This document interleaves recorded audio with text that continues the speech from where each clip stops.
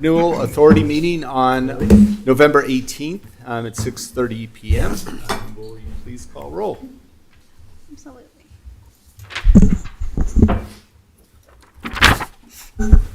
Commissioner Orr. Here. Commissioner Bear. Present. Commissioner Hobeck. Here. Commissioner Pepler. Commissioner O'Connor. Here. Commissioner Pessamorelli. Here. Chair Moore. Here. Commissioner Shake. Here. Commissioner Mortellero. Here. Vice Chair Bell. Here. And Commissioner Babs.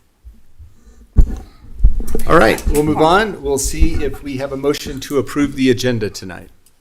So move. Second. We have a motion and a second. All in favor, say aye. Aye. All opposed, say no.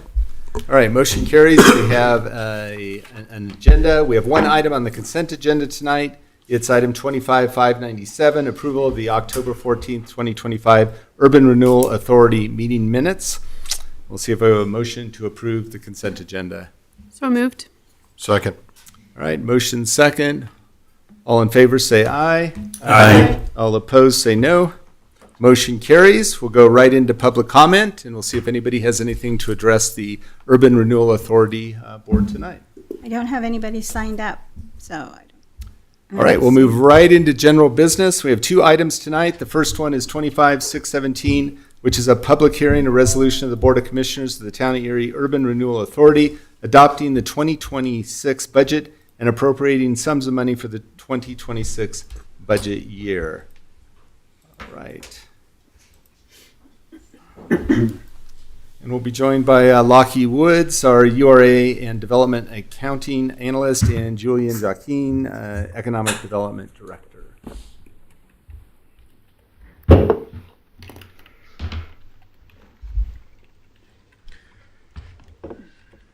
Good evening, Chair Moore and members of the Town of Erie URA Board. My name is Lachlan Woods, and I'm joined tonight by Julian. Check one.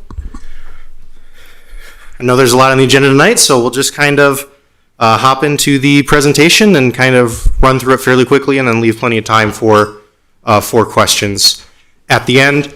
Just a reminder, this is the budget for the URA, which is going to be a little different than your budget for the town because there's a lot less discretion in terms of the numbers that go into this budget. A lot of it's based off of agreements that are already in place, the work that's done by the county assessor's office to determine property tax values. So a lot of these numbers are kind of predetermined and we're just kind of filling in the dots. So starting off with the revenues, we have about just over $6 million in revenues budgeted for fiscal year 2026. The majority of that, as you can see in this pie chart, is from property taxes. That makes sense because property taxes are collected in all of the URA plan areas, although the exact amount differs based on the plan area. Sales taxes are only collected in the historic Old Town and 9 Mile plan areas at the current moment. So that's why you have smaller amounts of sales taxes. And then you have investments and fees and charges. The primary source of the revenue from fees and charges is going to be your admin fees, where we charge a 1% admin fee on some of the remittance of property taxes to overlapping jurisdictions that have requested as part of the agreements, don't keep our property tax, we'd like that back, and we take 1% out as we remit it to them. Basically, trends, property taxes are increasing in 3 of the 4 plan areas with activity. They went down very slightly, but mostly we're just kind of stagnant in Collier's Hill. Not exactly sure why that is, but it could be due to just differences in the valuation of, because that's a primary residential area. So if you had decreases in residential valuations or the assessment rate on residential, that would result in reductions there. And sales taxes are increasing in both historic Old Town and 9 Mile where we collect them. Expenditures. The primary expense for the Urban Renewal Authority is economic development incentives, and I have a slide in a little bit to go through what those are. So that's $3 million in economic development incentives. And then the next big expenditure is capital. We have one major capital project that's new in the URA for fiscal year 2026. Just to be transparent, we're anticipating a rollover of the pedestrian bridge from Colliers Hill to historic Old Town of about $3.5 million. So that will be coming in spring supplemental. It was budgeted this year, which is why if you're looking at actuals versus expenditures, those are higher. We anticipate bringing that in spring supplemental for 2026. Fees and cost allocation. Cost allocation is a big one, and then fees is primarily the county treasurer fee. They take out a small portion of the property taxes that they remit to the URA. Professional services, that's going to be consulting and legal. Debt, that's from the historic Old Town area where we have bonds for historic Old Town for the downtown infrastructure project. And then maintenance, that's a new line item in the historic Old Town URA due to the acquisition of property. So it's lawn, basically lawn care for the property that the URA now owns. Here you can see the budget by plan area kind of broken down into those same categories. You can see that there are no revenues currently in the airport or I-25 gateway. I-25 gateway, that's expected, is just too new of a plan. We'll potentially see revenues in 2026, and then we'll probably see a substantial jump in the 2027 budget, and then in a substantial jump in the 2028 budget based on the timeline of development out there. And so we can come back to the slide if there are any questions, but this is mostly just here so you can understand how it's broken down by plan areas.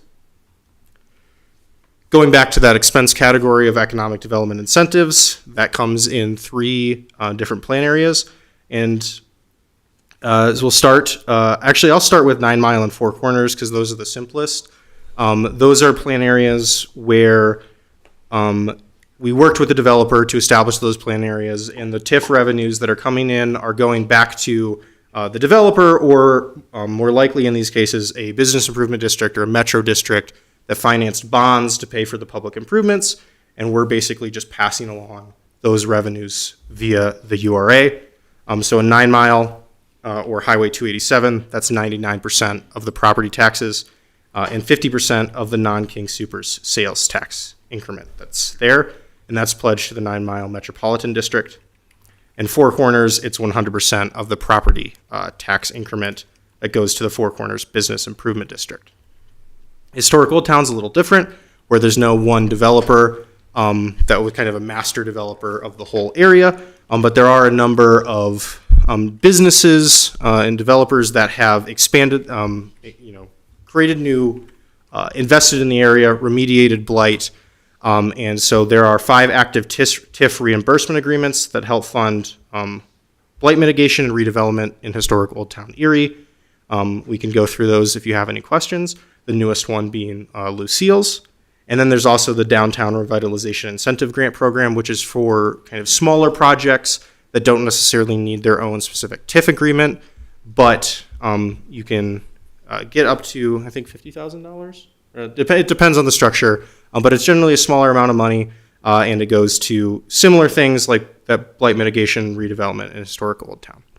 And generally, we budget, I believe, $100,000 for that every year. So you saw one big capital project for the URA, one new big capital project for the 2026 budget. That is the Colliers Hill Detention Pond improvement. So there's a regional detention pond in Colliers Hill that benefits the Colliers Hill plan area, all of the housing development in Colliers Hill by providing regional detention for the area. It basically has a kind of, and I'm not the public works person working on this, not an expert, but my understanding is the culvert that conveys the water is too big and slightly too low, and that's resulting in higher than acceptable flows in the case of a 100-year storm event. And so what the project's doing is right-sizing the culvert so that drainage flows fall within the acceptable levels determined by the town.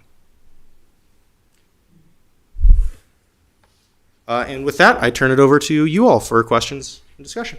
All right, sounds good. Thank you. I'll see if any of the commissioners have questions tonight.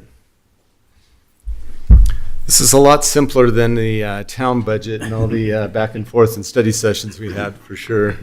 Commissioner Mortolero. So the economic incentive for 9 miles, obviously biggest part of the budget, and that goes to repay the bonds. How long is that bond? Just give me 1 second.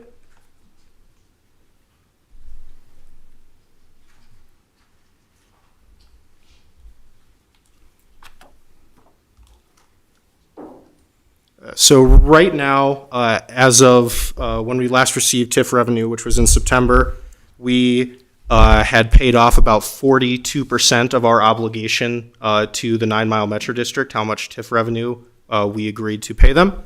And based on the annual rate of revenue coming in, we're anticipating that we'll be done paying the 9 Mile Metro District in about 5.5 to 6 years. Okay, great, thanks. Yep. All right, seeing there's no other questions, I'm going to see if there's a motion to approve Resolution 25039. So move. Second. All right, we have a motion and a second. Any further discussion? Did you ever open the public hearing? Oh, is this a public hearing? It is a public hearing, and I went through the whole motion. I did not officially open the public hearing, so I'm looking to our attorney, so I make sure I do this right. I'm opening our public hearing. I'm stating that we had no one that had signed up to address us on this topic. We had the presentation. We asked her a question. I'm closing the public hearing. Thank you. We now have a motion and a second to approve the resolution. Are we good? Yes. All right. I'm sorry, I missed who made the motion and the second. Because I was thinking the same thing. We Motion. didn't open. Motion, and I think Commissioner Hoback had the Yeah. second. Who, you were the motion? Commissioner Hoback. Yeah. All right, we all good? All in favor, say aye. Aye. All opposed, say no. All right, motion carries. We have a 2026 budget. We're going to move on to the second item tonight, which is 25618, a public hearing resolution of the Board of Commissioners of the Town of Erie Urban Renewal Authority providing for supplemental appropriations for the 2025 budget year. And so I will open the public hearing at this point, and I will turn it right back over to you. Yeah, thank you. So hopefully this supplemental appropriation will be even simpler and straightforward. Don't have a presentation tonight, so I'll just run you through the line items very briefly. So there's basically just some additional revenues in the Colliers Hill plan area for investment income. There's some additional revenues in the historic Old Town URA for investment income. Additional expenditures in both of those for projects. They're small increases.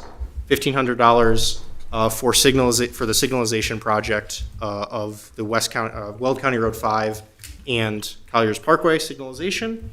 And then $9,000 of additional budget in the Old Town Improvements Project.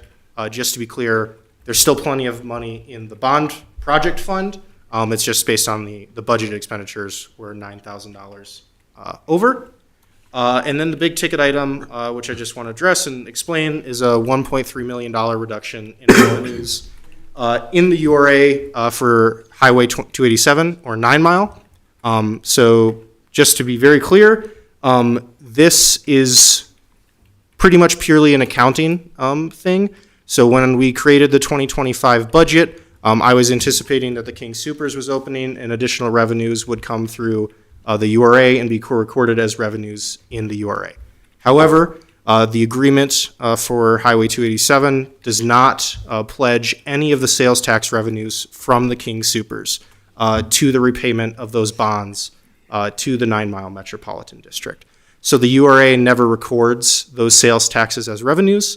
They remain in the general fund for use by the town and for sharing with the city of Lafayette as dictated by the Global Settlement Agreement in IGA. So this is not going to have any impact on the timeline of paying off the bonds, paying off our obligation to the 9 Mile Metropolitan District. It will not have any impact on the health of the URA fund or the Highway 287 9 Mile plan area, but we just wanted to get that straightened out. All right, sounds good. I'll see if there's any public comment. Has anyone signed up tonight? No. All right. Then I'll bring it back to the commission, see if there's any questions. All right, with that, I will close the public hearing. I'll see if there's a motion to approve Resolution 25040. So moved. Second. We have a motion and a second. All in favor, say aye. Aye. All opposed, say no. All right, motion carries, and with that, we will adjourn the URA meeting. Thank you. All right, thank you.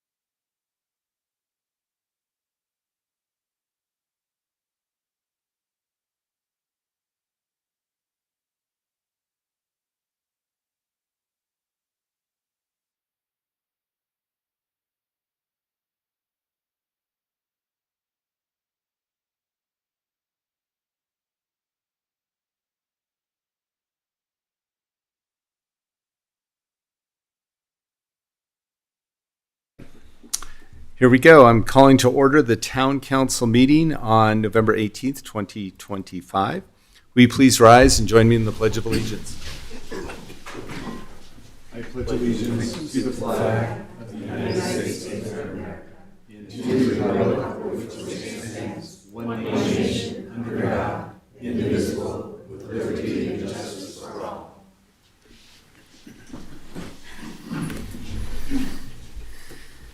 Okay, will the town clerk please take roll?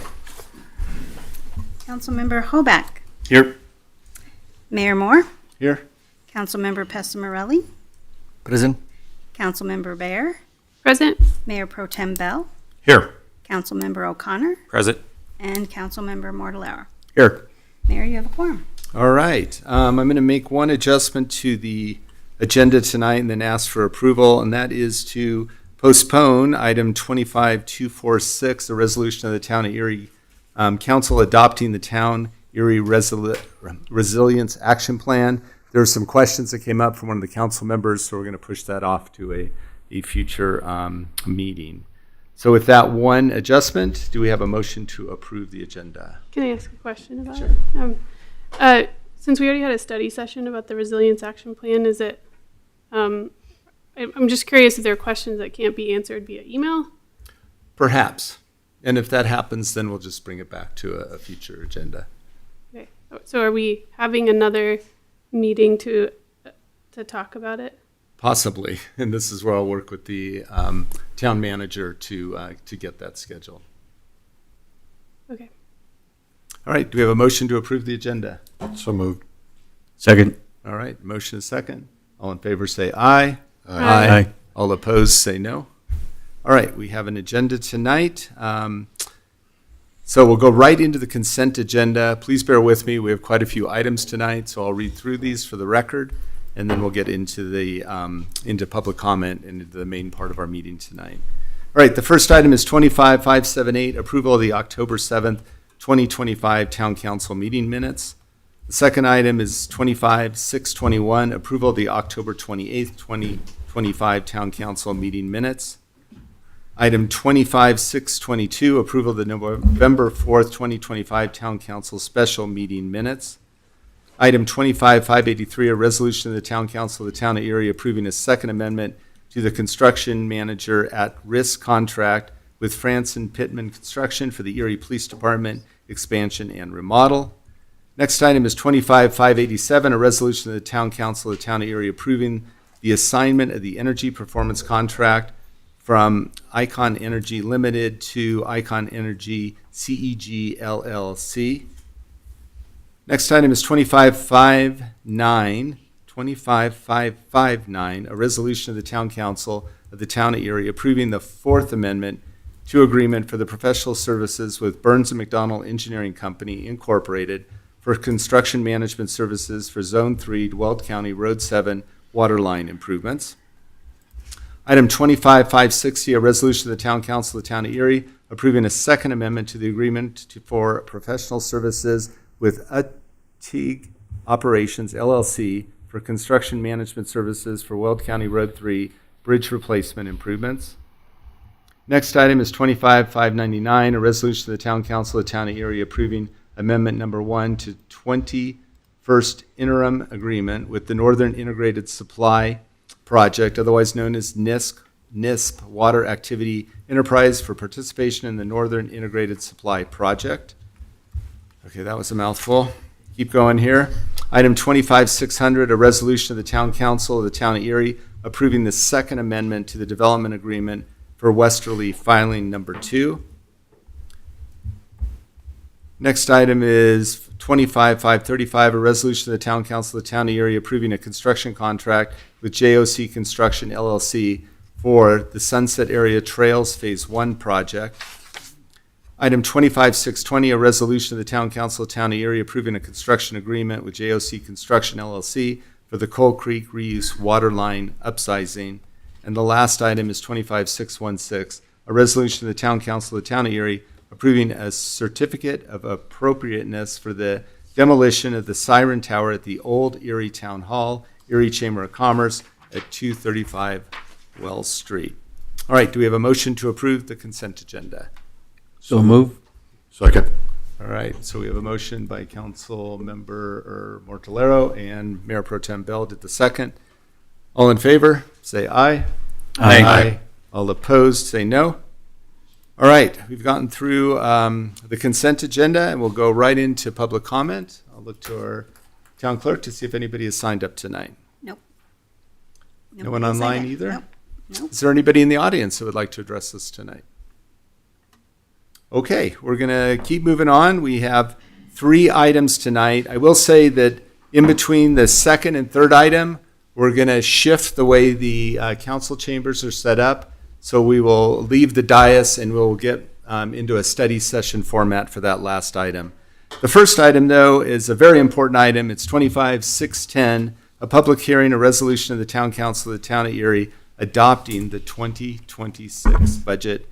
And this particular journey, we've done many, many study sessions, and we've had one overview just a few weeks ago.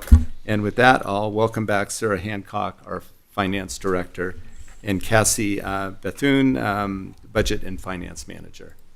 All right. Good evening, Mayor and Council. Thank you so much for having us for the final, hopefully final, budget presentation. We're thrilled to show this to you tonight. It is pretty much unchanged from what you saw from first reading, with one minor change. So we're going to get into it. We're going to review everything one last time and make sure you don't have any questions. And then we'll be ready to hopefully adopt. And I'm going to interrupt you just for Absolutely. a second, just so I could say the words that we are officially opening the public hearing. Great call. Awesome. Okay, so again, I'm not going to go through the agenda here, but just so you're aware, we're going to basically go through all of the summaries that we've seen before. So with that, we are going to review what we did change, which again are not actually changing the numbers, but changing how we're looking at the numbers. Cassie Bethune, Budget and Fiscal Manager. So this is what we had talked about in the first reading, where we're plugging in the anticipated debt issuances that we're planning for projects such as the PD expansion, the new water treatment plant, and additional projects that we have going on in storm drainage. So to do this, we just wanted to show a balanced budget. Since we're anticipating to spend the money, we want to show the money that we're anticipating to get that will fund it, just to give a better picture overall. That was the only change that we made from the last one. And so this is the fund balance summary. The only changes you'll see on here were just to the water, wastewater, and storm drainage fund. The general fund, we already had the debt. It was just a miscellaneous income before, so we just moved that over. So there was no change to the total revenues on the general fund from the last reading, just on those enterprise funds.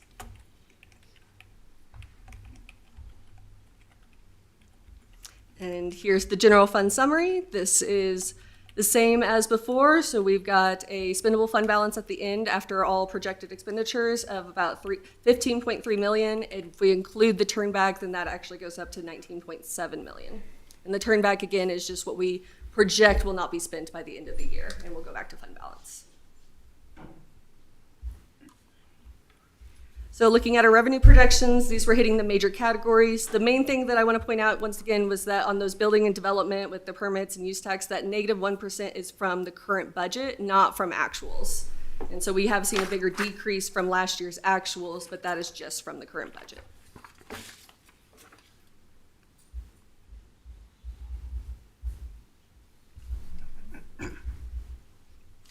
And then the same thing here, we were just going through, this is the same as you saw in the first reading, we had no changes on the expenditures. One more reminder, the change is 6.5 on the positions there. That was because we did have a reduction from freezing the affordable housing manager position and a reduction in part-time hours.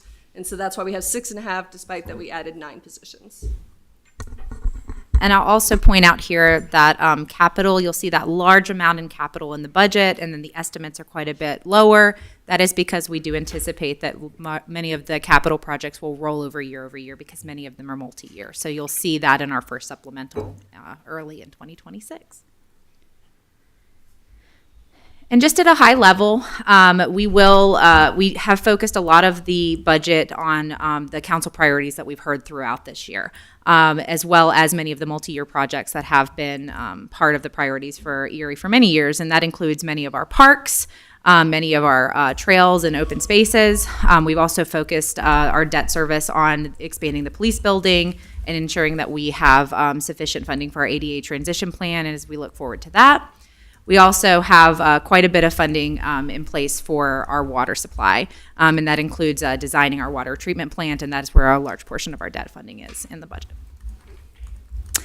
And then finally, we are funding some mission critical positions, and those positions are pretty much contained to the general fund as well as some self-funded positions, including the Conservation Trust Fund, and then the Water Fund, Wastewater Fund, and Storm Drainage Fund, which are all accounted for in our rate study each year. And then just to overview some of the reductions that we did go through, we did take a very strong look at our personnel, so we will only be doing a 2% merit on full-time staff, along with the 2% grade movement that we do for all staff, and we are not doing a merit increase for part-time employees. And we also took a very hard look at our long-range staffing plan, which resulted in only those 9 total new FTEs, and we also included $4.4 million in operating reductions across all funds.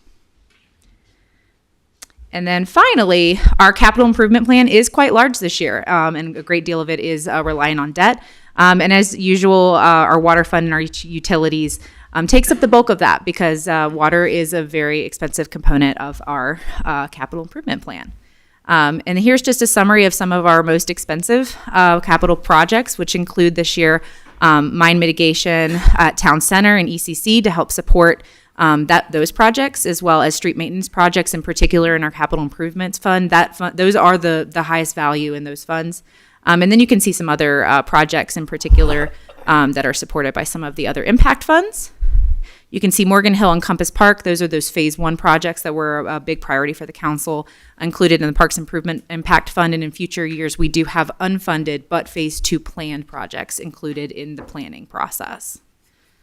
And then you can see the Police Facilities Impact Fund, that PD Courts expansion, which will be a component of the COP's issuance that we will be bringing to you in January. And then finally, you'll see in the Water Fund, the water treatment facility, partial of that will be cash funded and partial of that will be debt funded. And then I'm going to let Cassie talk through the general fund forecast. Okay, just once again, this is the same as the first reading. The main thing here is that we are staying above our minimum fund balance projected out through all the way through 2030 for our whole 5-year forecast. Our available resources are above what we're planning to spend, and we will continue to watch what happens to plan out those future years. And I will just draw your attention to the center here of debt. That purple bar is going to be where our debt payments for the remaining payment on the ECC, the police facilities, as well as the anticipated COP's issuance are all budgeted and well within our ability to make those debt payments. So those are planned for and anticipated out in perpetuity for the remaining payments. And then finally, for our CIP, or in particular our CIF, our Capital Improvements Fund, we are pretty healthy through 2028, but again, just highlighting that we will have to continue to really watch this fund and consider what projects we will want to prioritize in the future and consider what may need to be considered for different alternative funding sources. And finally, this keeps getting smaller. We will be bringing back to you the final end-of-year supplemental, which is just a cleanup of any final items that we need to get shored up before the end of the year. And we will also be bringing a very short presentation on the mill levy certification. We'll show you how we do that calculation, what it will look like for folks whenever they look at their tax bill, and we'll have you certify the mill levy for the end of the year and move into 2026. So with that, we are ready for any questions or discussion that you have. All right, I think we'll first go to public comment, if anybody is signed up to address us tonight on the budget, 2026 budget. Look, we don't have anybody who's signed up in the room. And nobody online either. Okay, just making sure there's nobody in the audience that would like to address us on this topic. All right, wonderful. I'll bring it back to council for any questions.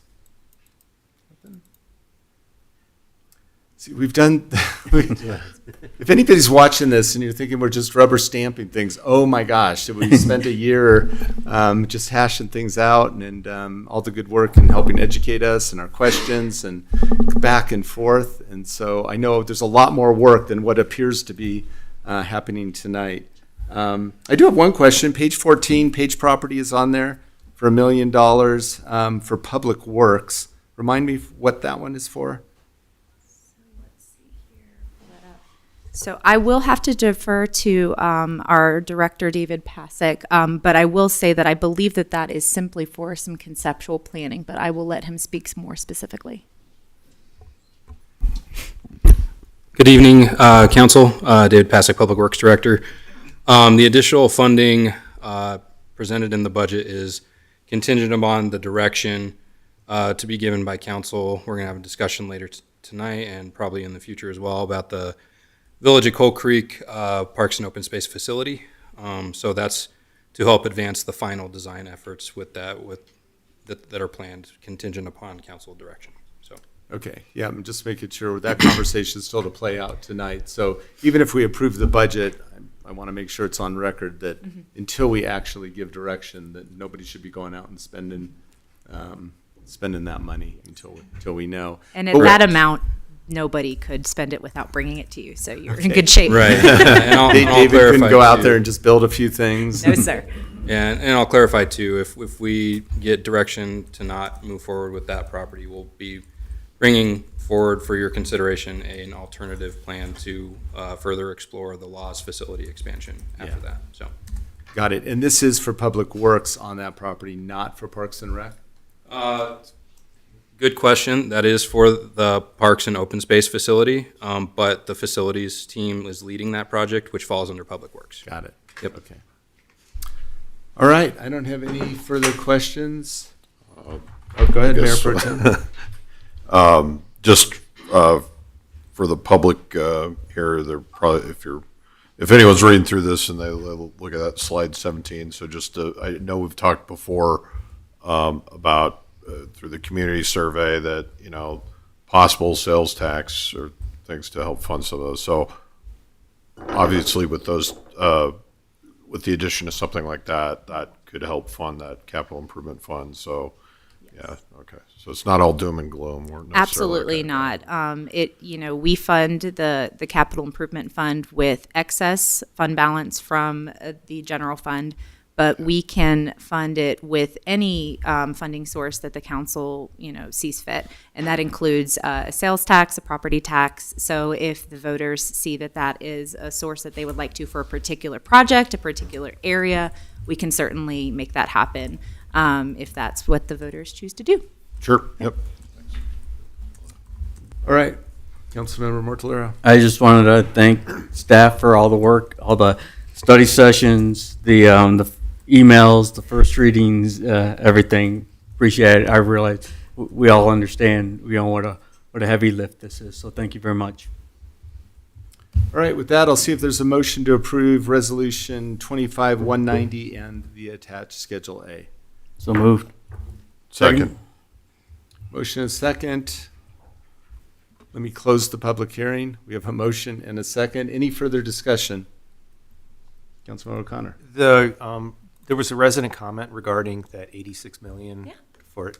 Would you mind Yes. just providing some background just so? Absolutely. I'm so happy that you brought that up. So I can totally understand where there would be confusion around that. In the current fiscal year, we did budget for the public safety building in anticipation of issuing COPs and moving forward with that project.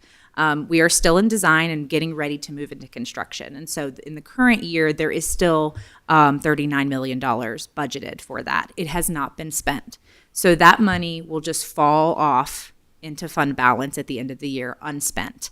The $47 million for next year will then be reappropriated into that account, and that will be backfilled with the COPs as the funding source. So only that $47 million is actually appropriated and will be spent for the PD building.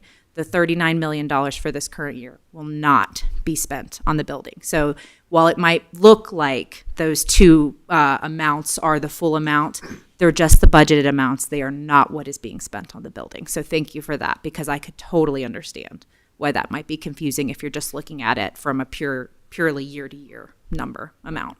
Makes sense. Thank you. Of course. All right. We have a motion and a second. All in favor, say aye. Aye. All opposed, say no. All right. Motion carries. We have a budget for 2026. All right, we'll move on to our second of three items tonight. It's 25603, a resolution of the Town Council of the Town of Erie adopting the town's fee schedule for 2026. And you're back with us. And all right, I'm Sarah, back. it's all yours. So good evening, Council. Again, my name's Sarah Hancock. I'm the Finance Director, and I am here to show you what we typically bring forth with the budget. The departments are asked to update their fees every year with the budget. This is usually brought forth with cost of inflationary increases, or if we had a rate study in previous years, if that dictated an increase to, for instance, in this year, water rates. This is where we bring those changes forward. This year, we have an increase in cemetery fees across the board for the increase in the contracted services, as well as an option for a non-resident plot. We have increased water hydrant meter deposits and the increase of the water service charges in accordance with our rate study that was approved last year. And then we also have an addition of business license late fees. The departments are here to discuss these. I am just kind of the messenger of these, so I cannot speak to the specifics of the fees themselves. But I do believe that they can answer any questions you have. I will say if there are any items that you do want to remove from this, we, I believe, can strike through them. We can also bring back the fee schedule at any time. There is no timeline around our fee schedule. It doesn't have to be adopted with the budget. I did check the code today just to make sure, though. So if there's something that we need to discuss further, I want to be clear that this isn't something that has to happen with the budget. So with that, ready for questions. All right, I'll bring it back to council. Go ahead, Mayor Pro Tem. Yep, thank you. I have a question on the cemetery fees. We had a resident several months ago come and give public comment, and I know this resident lives in my neighborhood, and he's facing some life-changing events in his life. So something that came forth, and through his experience going through that, I know he spoke to us about this, but I guess I don't know a whole lot about this. So can you explain, like, how do our fees relate to other municipalities on what they charge for these services, and do we have any? Sarah might have to look to information? Malcolm on Sure. that one. I'll do that as Okay. best I can. I think compared to other jurisdictions around us, Erie's fees are somewhat lower, if not quite a bit lower. That's Okay. one reason why we're proposing the fee increases. Also, prior to this year, we haven't had a non-resident fee, and I think that was one of the issues that the resident addressed, is the number of plots is finite and Yeah. limited, so we wanted to make sure that we were not limiting non-residents, because maybe there's some people who grew up in Erie but no longer live here. We still want to have an opportunity for folks who are outside of Erie to still be buried in the cemetery, but giving preference to current residents, and for that reason providing for a non-resident fee. And also we contract for pretty much all of these services, so we're just passing on the cost of that contracted service for doing the various things that occur as part of a funeral service and services at the cemetery. All right, thank you. And I'll add to that I did meet with that resident, Tony. Yep. Hold on. What's the last- Gamby. Gimby, thank you. Great conversation, great guy. And that led to a meeting with Meredith, who handles all of this, and the contractor and myself. I wanted to learn. And so I think these fee increases are a part of that. There's a few other things that may be coming for us to consider, but they're not monetary in nature. Sure. Thanks. Thank you. Councilmember O'Connor. So I had emailed in some questions and concerns specifically regarding the business licenses. But I don't want to necessarily hold up the fee schedule for these other items, because the budget, I'm sure, is based on some of these numbers. And so I certainly would like to revisit these late fees and the late fee structures, and how, when you look at the fee schedule, how different it is from other late fees throughout the schedule. And maybe the more appropriate thing to do is to strike those concerns and revisit it at a later meeting and move forward with the fee schedule as proposed. What are the thoughts on why the business license fees are the way they're written Certainly. here? Appreciate it. Councilmember Julian Jacquin, Director of Economic Development. So the late fees for business licensing in the town is brand new. Over the last 10 years or so, back in 2018, the town took action to just kind of eliminate the requirements for renewals and fees prior to COVID. At the time, the staff believed that might help support business owners. In reality, during COVID, we realized that the town lost contact with business owners. We did not have regular up-to-date information on which businesses were in existence, if they were still in business, if the ownerships changed, if locations changed. It was kind of a one and done kind of thing back in the day, whereby you get a license when you first open and then you never have to do it ever again. So around 2021, 22, staff met and decided that it was recommended to move forward with reinstating license renewals and fees. There's a lot of value in business licensing. It gives us immediate contact with those owners, gives us more regular up-to-date information on if the business is still here, who the right contact is, if they're moving, having good contact information for who those folks are. There's a lot of value in having that information because it allows us to be in regular communication with those folks, putting them on our online business map, sending them regular newsletters, giving them information on grant programs, policy changes, upcoming events, whatever it might be. So there's a lot of value in those, in that license program. The problem is without having any teeth in it, a lot of folks just don't comply. So we have, I would say, rounding-ish, 280 or so commercial business licenses, another 120 or so home occupation licenses, and we have never had full compliance. There are still, that have been around 70 or so that just over the last 3 years that the code's been back in place just have never complied and have just been late and not in compliance with the requirements. And so consistent with other cities, staff would like to move forward with some kind of late fee to show how important these licenses are and make sure that we can get as much compliance as possible. These currently, and I'll say the code as it stands today, the business license code requirement is part of the municipal code. There's a penalties section in the code that says for anybody that doesn't comply with the code, there's penalties of up to $2,650. We're not going to fine somebody $2,600 if they don't pay their $50. So having some measures in place in the fee schedule that says if you're late by 30 days, it's this amount, 100 days, this amount, whatever. The fees that we put in place were after talking to legal counsel, looking at other examples around the region. We're not married to them, so if you have any other ideas as far as the rates and days and whatever, we're all ears. It's part of the schedule. We want to work with you all. This is just the consistent standard we've seen in other communities. We would like to use this to make sure we can get as much compliance as possible. I will say the way that the code is currently written, and we're currently working on an amendment, renewals are due by December 1st for that next calendar year, which is a little bit complicated, asking folks to be in compliance during the holidays.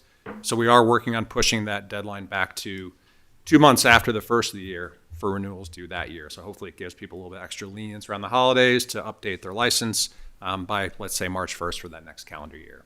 We're hoping that helps. Staff is still in regular contact with these owners. We sent out renewal reminders in August, a couple in September, another one in October. So working with folks to try to get them in compliance, but really keeping that late fee provision in place just to make sure that we can get as many of them as possible. I got a lot more of notes that my staff gave me, so if you want me to read 4 pages of text, I can, but happy to answer questions. Excuse me. I can't remember receiving a renewal notice personally, so I'll have to go through my emails and see. I do feel it's for home occupancy license and business licenses. It's 4 times the late fee on the commercial and 8 times the late fee on the home occupancy. I think those, if there's going to be some sort of late fee structure, it should be in better alignment with the actual fee for the license. And that's why I would certainly like to, take a look at it, see how because I didn't even realize there was a grace period in here. And so spelling that out would be helpful for business owners to know that also. And part of it might mean having different rate structures for the home ox versus the commercial because the initial fee is different. So should the late fee for a home ox be more than the actual license fee? That's up to the fee schedule. Okay. I certainly would like to revisit it, so if we want to strike that from the schedule, but I certainly don't want to disrupt the budget. Okay, how about we hear from the other council members and then we can see where this lands. Yeah. All right, go ahead, Councilmember Bear. Thank you. My only question is who pays the water meter hydrant fee?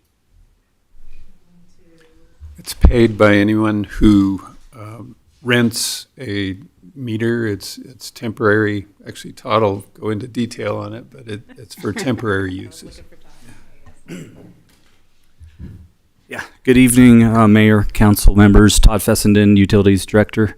And your question was who rents the meter? Who pays that fee, the water meter hydrant fee? It's the contractors and developers who are renting those temporary hydrant meters. And that's refundable back to them if they return it. So there's a monthly charge, but the fee's going up because we're getting better meters that have actual connectivity and can send us back real-time information so we can see what the demand is. As of now, it's kind of like a meter read. You go out, get a meter read, and then bill them. So we can also see if a hydrant's leaking or something like that in real time. So the fee went up on those, but it's refundable at the end of the lease, basically. So just so I understand that they're renting the meter, but they're paying for the water usage. They're paying for the water usage, and then there's a monthly fee that goes along with charge that goes along with having that access to the meter. And if they return it in good shape to us, then we refund them back it's essentially a deposit. Okay, thank you. Sure. Okay, other questions? Nope. Wow, this board is really quiet tonight. Let's see, there's handbill fee in here, and I know that for elections, that's a waived fee, or we don't do that fee, is that right? Maybe that's a legal question. Yeah. So the handbill fee, right, it looks like if you're going to solicit, basically, you've got to pay a fee. A bunch of us got elected a year ago, and I don't think we paid that fee. Did we violate the law, or? No, it's not required to have, but yeah, if the town's deciding to have it, as long as there's a rational connection to the cost or the administrative cost for that, then it's okay. It's okay. Well, so there is a handbill. Let's see. Let me find it again. Handbill distributor license. Yep. Oh. So what are the parameters So I around think- distributing handbills? I think that's for actually people who go door to door.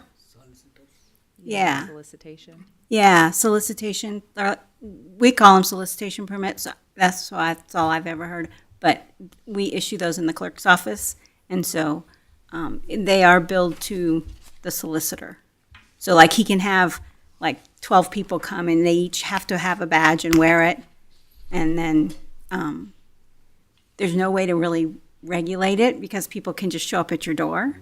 And so when that happens, we ask people to call us and let us know so that we can probably get a hold of them and say, hey, you need to come by and get a permit. But that's what we use that bill for.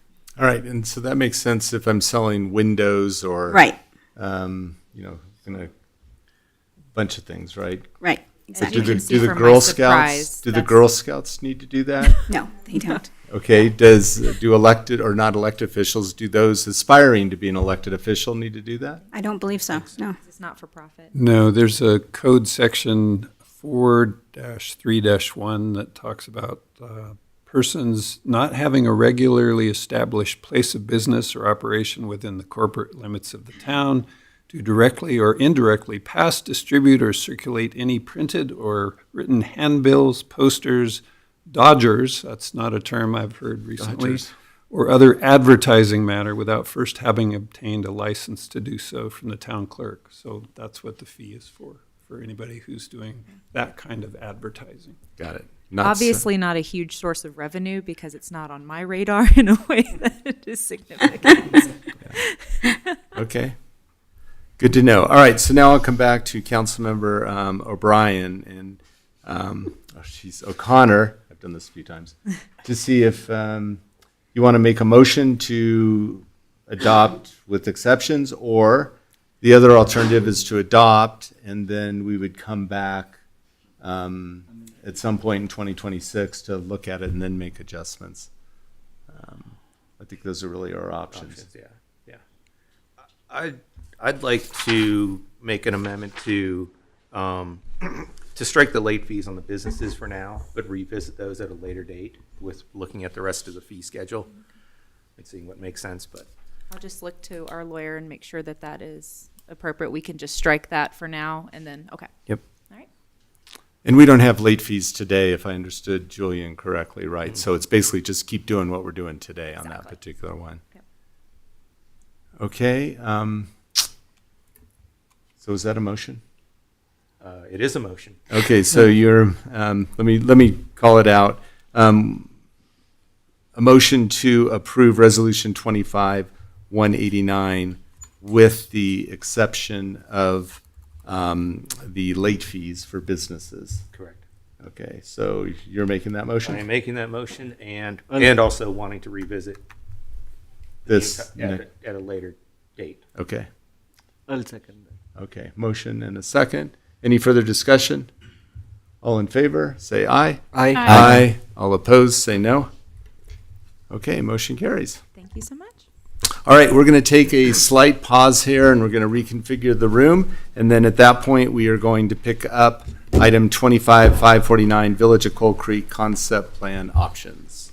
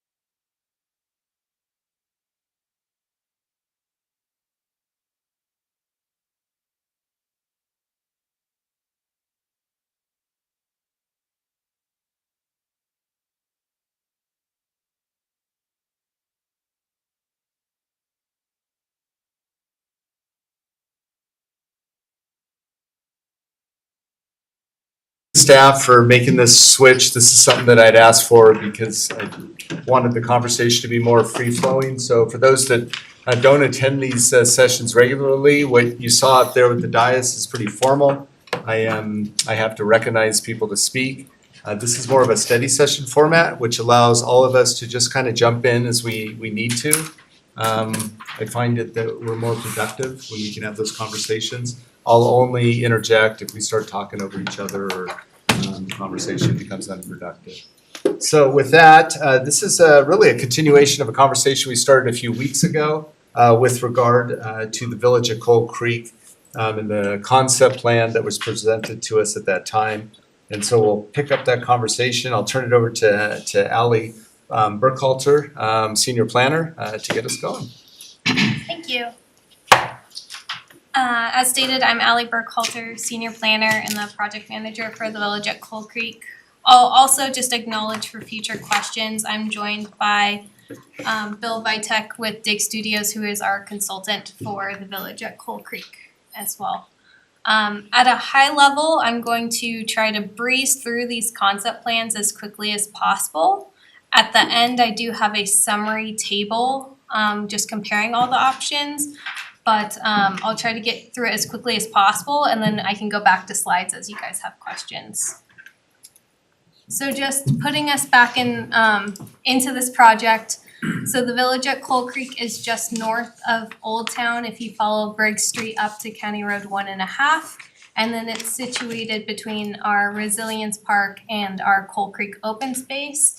And it's adjacent to the Northridge neighborhood to the north. So just situating everyone as I move forward and kind of landmark things. Our options 1 through 3 were presented on September 23rd. So these options have not changed. They all generally consist of an ag holding designation for future development shown in red. The darker green on the east side indicating our parks and open space facility, and then the lighter shade green indicating reserved open space for dedicated town open space. So those generally all had the same idea, with option 1 having the most ag holding and option 3 being the least ag holding. When we met with you on September 23rd, the feedback we heard was concern about whether or not the future zoning would meet our town open space requirements per the Unified Development Code. So this is just indicating our 3 requirements for the town development code to meet open space requirements is to have a minimum of 10 contiguous acres, a parcel that is no less than 300 feet wide unless it's a trail designation, and then lastly, to be as contiguous with other adjacent open spaces as possible. So taking option 3 into play, we explored that a little bit, and as you can see, there are parcels that are less than 300 feet, but those are part of trail corridors, as our code states. It is contiguous with almost 400 acres for the Coal Creek open space, as well as what's for Resilience open space and Resilience Park. And then the Coal Creek corridor itself is the 300 feet minimum. So based on this analysis, we did believe that what was being presented did meet our development code requirements. Additionally, what we heard from the beginning of kind of restructuring our contract with DIG in the early spring in March was concern about the TNAC funding and view sheds. And so we added that as part of the scope of work for DIG was to analyze our view shed corridors. So these were some of the views that we presented early on and throughout the summer. But more closely, we're looking at view 1. That is at the north end of what would be the future trail, looking south towards Old Town. And then view 5, which is at the midpoint of the pond, where you would be on the future trail, and then looking to the west towards the mountains. So moving forward, I'll show 2 different, the view 1, and then some options for what massing and development could occur on site. And then as well, view shed 5 and what could occur. I will just acknowledge most of our zoning has a 35-foot height limit. And so we did not base this on any particular zoning category, but use that as like a general consensus of most of our categories have that height limit. So this is that view one from what would be along the ditch on the trail, on the future trail. Looking south, you see the lower Boulder ditch. On the right, you see a car coming down County Road 1.5 with Resilience Park to the right. And then straight down the middle, you'll see a 2-story white home. That'll be our landmark for quite a few of these views. That is at the end of the cul-de-sac of Cattell Street. So if you take Cattell all the way to the end, it dead ends in a cul-de-sac, and that's a new home. And then the shorter buildings are the Erie Meadows manufactured home neighborhood. That's also at the north end of Coal Creek Park. So just giving you those points of references. And so this is what one option could be. If you're looking at option 1 or 2, which had more development towards the north, kind of headed towards Northridge, these are some smaller detached cottage homes. These are 1-story. And then in the foreground, you might see 1 or 2-story single family detached. Then if you look at this again, I don't know if you can quickly see that, and then I'll have a call out. This is showing further to the south. Again, we could have at the lower grade 2 to 3-story townhomes. This is our medium intensity. Again, we don't actually have a number of units, but if you were to just attach homes versus detach them, you could potentially have townhomes instead of detached cottages, depending on where we want to go as far as building types, AMI, affordability levels. This is just an option. And then option 3, we're calling it our highest intensity.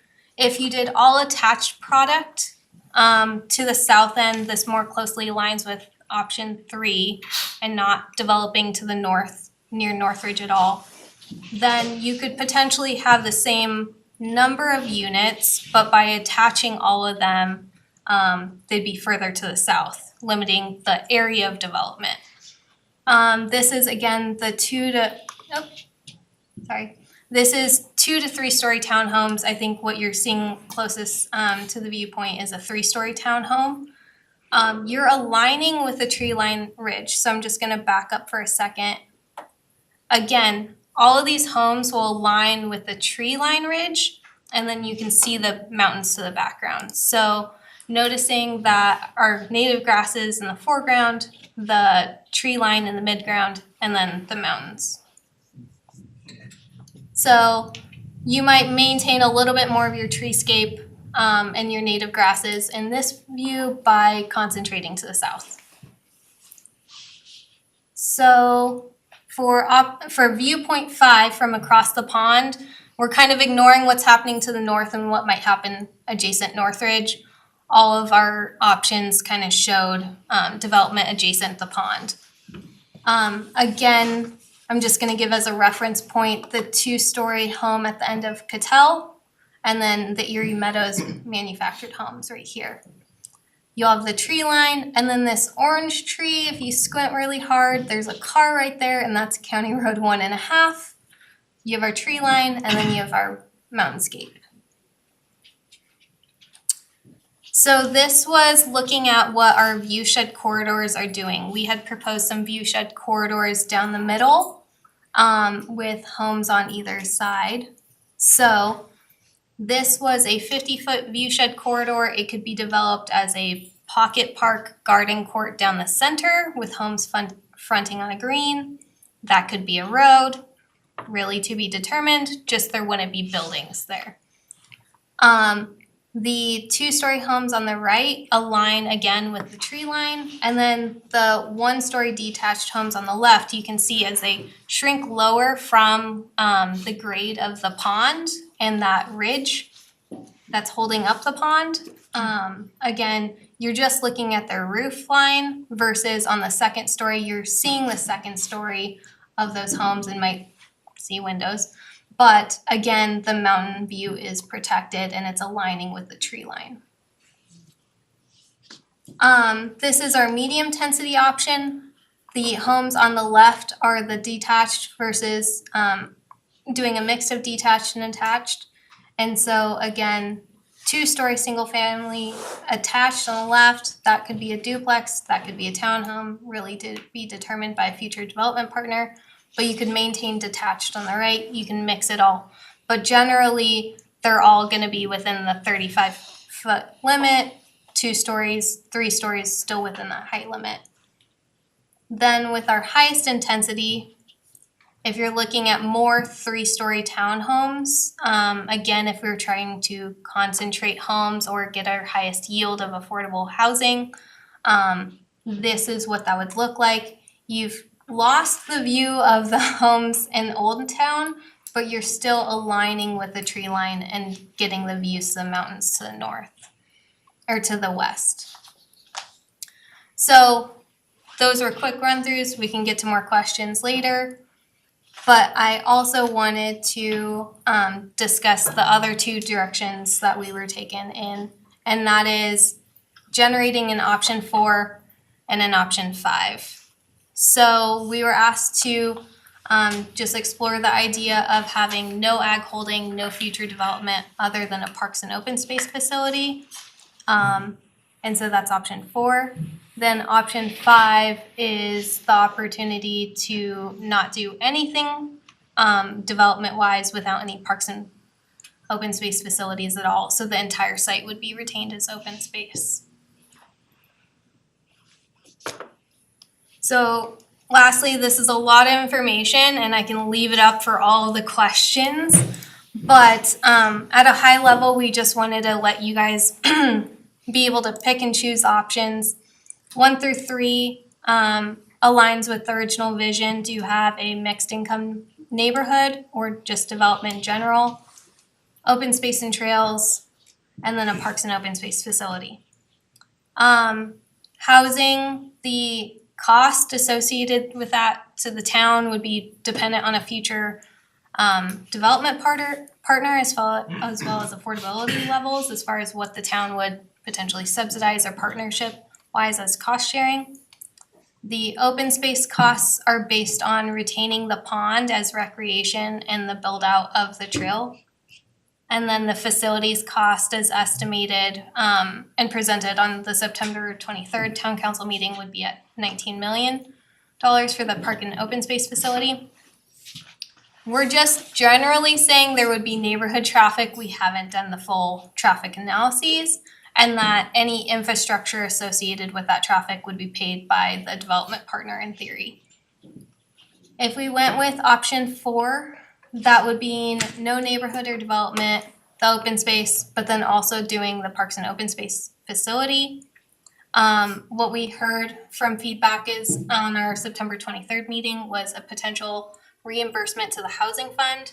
I'm clarifying, we're not paying back ARPA, but just an idea of in some way making a gesture to reinvest in affordable housing by either reimbursing the fund or purchasing a different site. So I'm just acknowledging that in the chart as a potential thing we could do. Then again, the pond and trail stays the same, but in order to do open space in the southern portion of the property, we'd anticipate some reclamation costs to get that the soils, the grass, everything up to our open space standards. And that has an associated cost. Again, the same parks and open space facility cost. And then for traffic, we just anticipate the minor facilities traffic of our staff coming back and forth with equipment. The infrastructure would be paid by the town because it would all be town uses and town owned at that point.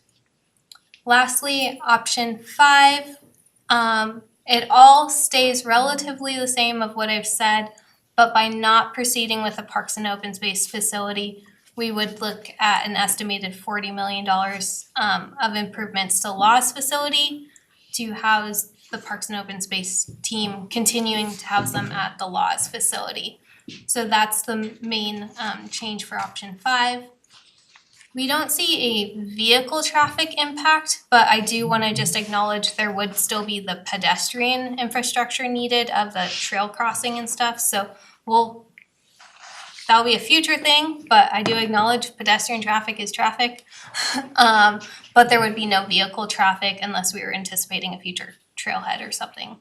And then again, all of that infrastructure would be paid by the town. So we'll come back to this, we'll get into the weeds of that. But I, at a high level, want to just say we're still at the draft concept plan. If a decision were made tonight to proceed on a particular option, we could move forward with doing a community open house. That was originally in our scope of work with Dig Studios. We would take this to Planning Commission and also get feedback before we have a final concept plan. And we'd come back to you guys one last time with a final version that might have any tweaks you request tonight. If that all goes smoothly, we all agree how we're moving forward, then potentially based on whatever option, we may need to proceed with zoning, just depending on which one. So that was it. That was a lot of information. I'll go back to the table, but I'll also let you guys dictate if you want me to go back to one of the options. All right. Thank you. So I'm gonna rewind the tape just a little bit further back. In the September meeting, I think a number of us were surprised by the full Parks and Rec complex there. And that's what actually prompted, I think, this discussion to continue to say, okay, is that the right usage here? Are there other usage? I know that I had brought up a couple other usages that are not in that table. So were those considered, whether it's retail, places of worship, parking for Old Town, support of Old Town in any way?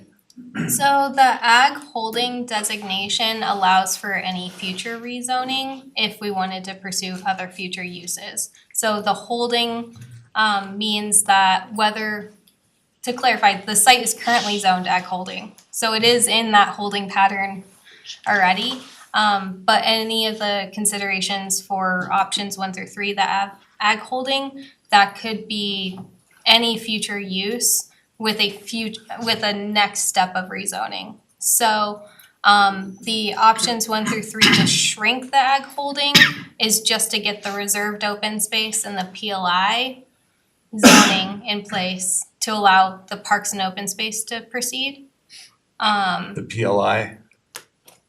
Public land institutional zoning. That's what we would have to zone the area for the parks and open space facility. Yeah, on the table here in the parentheses is the zoning designation that we would use.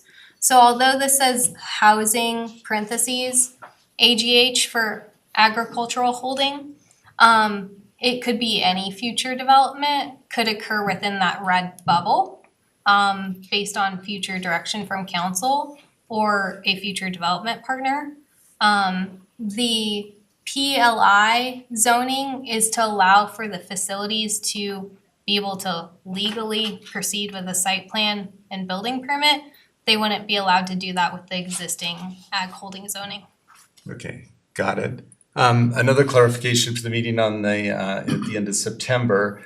I think we learned, much to our surprise, that the ARPA funds do not require any type of housing, building, affordable or otherwise. Is that a true statement? I just want to make sure I understood it from the last time. Our interpretation, and Sarah can always come up in this, I'm Sarah Nermella, Planning and Development Director. And our understanding is that we do not need to, that project is closed for ARPA. And so we do not need to build. Revisit it in any way. Yeah.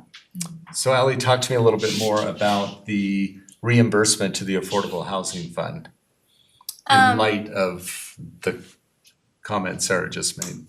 I believe that was a recommendation by Councilmember Bear to have a gesture to reinvest in housing if it were not to occur on the site. Got it, okay. And I believe the 3.6 million is based on the land purchase price is why we put that dollar amount.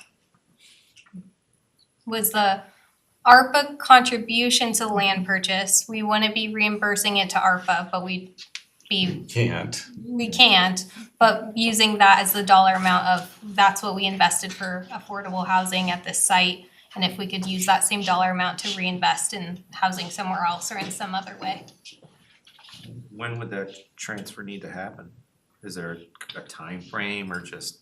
No. I'm just thinking the TNAC, don't get me that wrong, but the. Well, I think that's Luke Bollinger, Director of Parks and Recreation. I think it's a determination that council would have to make on where those funds were coming from. I don't think we're recommending it come from Trails Natural Areas based on kind of the direction that we have. I think it's a reimbursement from the town. Where those funds ultimately come from will be a decision that you all have to make. If we do decide to take them from the Trails Natural Areas Fund, that will obviously have to get a recommendation from OSTAB as well. So can you talk a little bit about the 19 million to build a Parks and Rec facility here versus the 40 million to build it over either by or in-laws or? Well, I think probably David and I will tag team this a little bit, but you all received a memo from Town Manager Fleming last week, which kind of documented a lot of the kind of the need for an expanded, and I just want to clarify, it's Parks and Open Space Division. Recreation staff will not be at this facility, nor will Public Works be at this facility. So the idea is when we looked, in 2020, 2021, when we did the facilities plan, we started actually planning what does this actually look like. We knew that probably we would have an opportunity to purchase a property somewhere in town that could house a facility. Just so happened that Paul wanted to sell. We worked through that deal, and we then decided that, hey, this actually looks like a good site for us. It's already got some infrastructure on it. Kind of doing all of that due diligence. That's when we, kind of started that process and saying this could be a future home for Parks and Open Space to kind of further push out the expansion of laws. And then I think that memo does a much better job than I probably would documenting kind of the direction that we received and kind of pushing forward with that overall study. So, David, anything kind of add? Yeah, I think, Mayor Moore, to clarify, is your underlying question, like, why is it 17 to 19 million dollars here, but $40 million at law? Why is it $21 million more to Right, build so, it someplace else?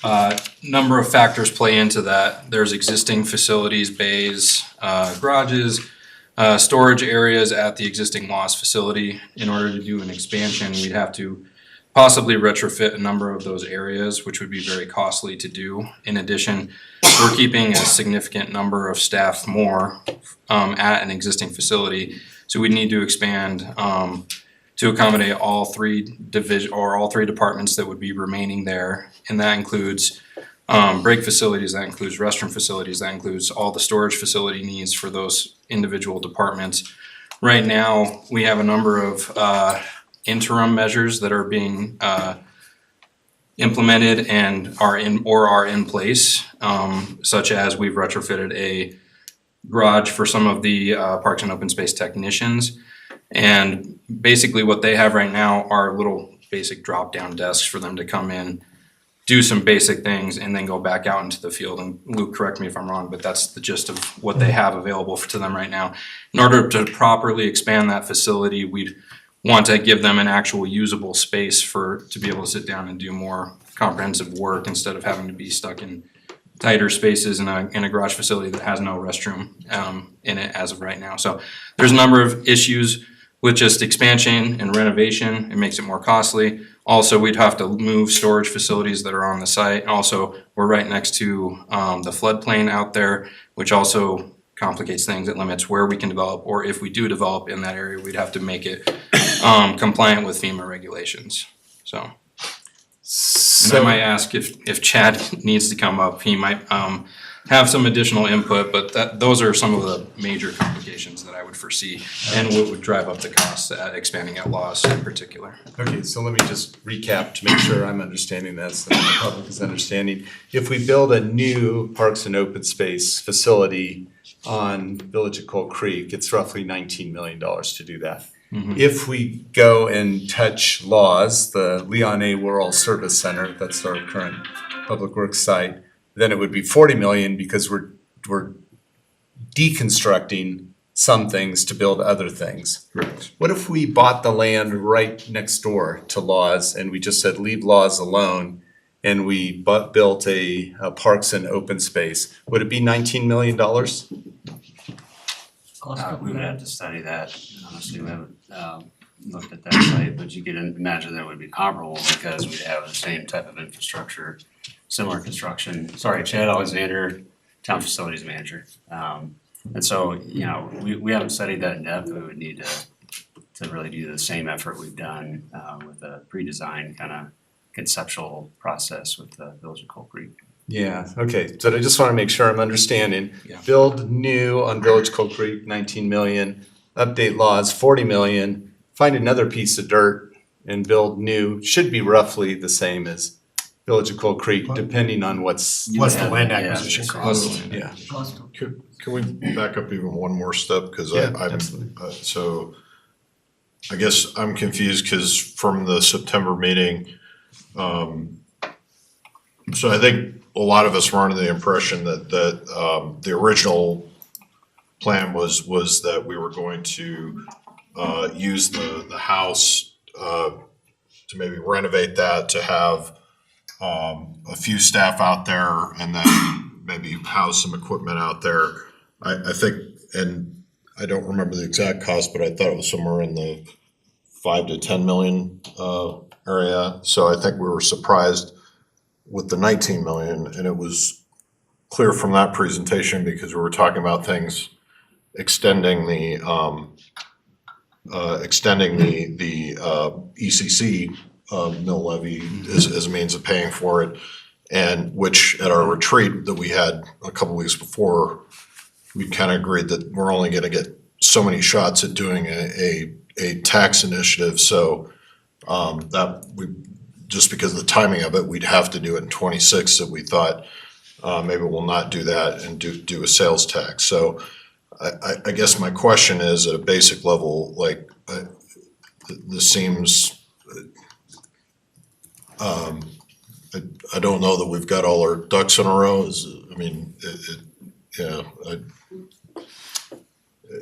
Yeah, I think this is part of the discussion, right? In that not only is it the right use for parks and open space, but is it the right use for affordable housing? Is there a better use for this property? And so I've been just churning on this. Also, my churn is also connected to town center, which would be another discussion that's in exec session, so I won't go into the details of that, other than to say the town center is being planned to be walkable, but it's hard to do that. And then I think about, where's walkability in Erie today? It's Briggs Street, right? It's where our restaurants are, and I think that's part of our old town charm that people want to preserve. So then I think, well, Louisville is always what we get compared to, but Louisville has got more blocks. They have more restaurants. They have more diversity of choices, shops and things. So how do we get our street bigger, longer, and have more diversity? And one way to do that is to go north towards this property, which I don't know if you guys have the ability to bring up like a Google map and just bring up the bigger area around this and display that, or is it? If you can, you could see how close the north end of Brick Street is actually to this particular property. I think probably does the walkable, right? It's far. It's not far, and that's the interesting thing. Cheeseman actually goes right to the south end of this property and the north end of Coal Creek Park. And that was the aha for me, saying, okay, what are the other uses that we can potentially do on this particular property? I won't get into any of the town center. We'll talk about that later tonight. The place of worship, I'll put it out there. This got started when I met with Father Guido at St. Scholastica, not for this property, but to talk about another piece of property that they own up by our wastewater plant up on 52. And the question is, hey, how do we get that moving so that they can actually move St. Scholastica up there? It was through that discussion that I got thinking, well, is that the right place for the church? Because we're going to lose all the parishioners, all the people that come and visit our shops on Sundays and Wednesdays, and when there's events that are happening at the church. And they've also been in Old Town since the 1800s. And so I got thinking, okay, does it make more sense to put a place of worship, possibly St. Scholastica, on this property? Because then it draws people into Old Town. But then it also potentially has let me just finish my thought. It also has another potential real positive for Old Town, and that's parking. So when you think about one of the challenges we have in Old Town is we have events and there's no places to park. And so could we strike a deal with St. Scholastica to swap land, build on this property, a portion of this property, and then in that deal, actually get access to their parking as well. So when they're not using it for their events, could that offload some of our parking? And so I go around in my mind, what's the downsides of doing something like that? But it was through that conversation that I also learned that a totally separate entity from St. Scholastica called Catholic Charities builds affordable housing in the 30 to 60 AMI rate. They've done a facility up north in Fort Collins. I think there's another one in Denver. And then I got thinking about what Councilmember Bear, I think, is probably our biggest advocate for affordable housing. And I'm like, does that have a play in this in some way as well? That's really as far as the thought got. But I would certainly like to see at least enough support to at least explore it to see if it's viable. I have no idea if it's viable in this bigger picture. If I could just respond on possible other uses, a lot of what we explored with, I'm gonna just go to one of the view shed, with either the highest intensity on either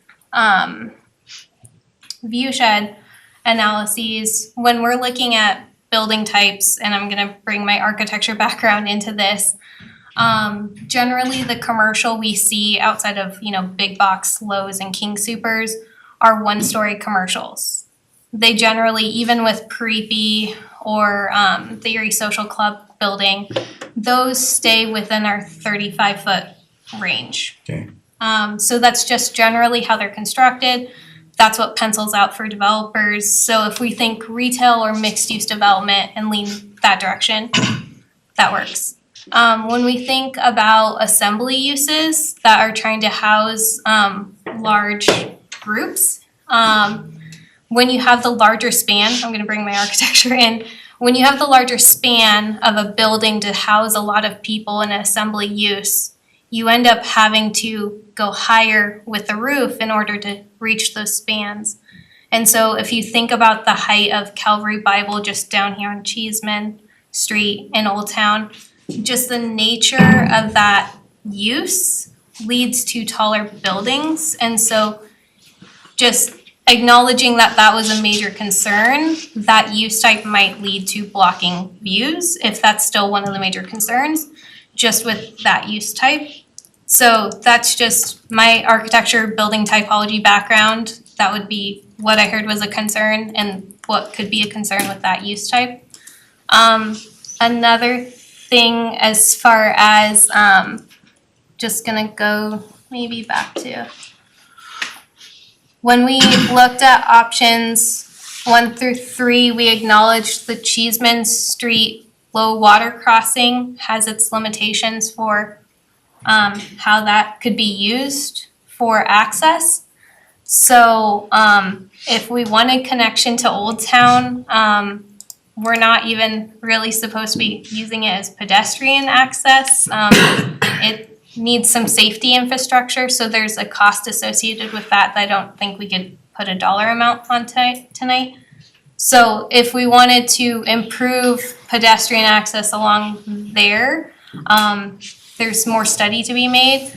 But with County Road 1.5, when we initially studied it for even at a high level the neighborhood, the level of traffic to expand those bridges with even just throwing in a number of 200 housing units or even the facilities, there was a lot of limitations to that spacing.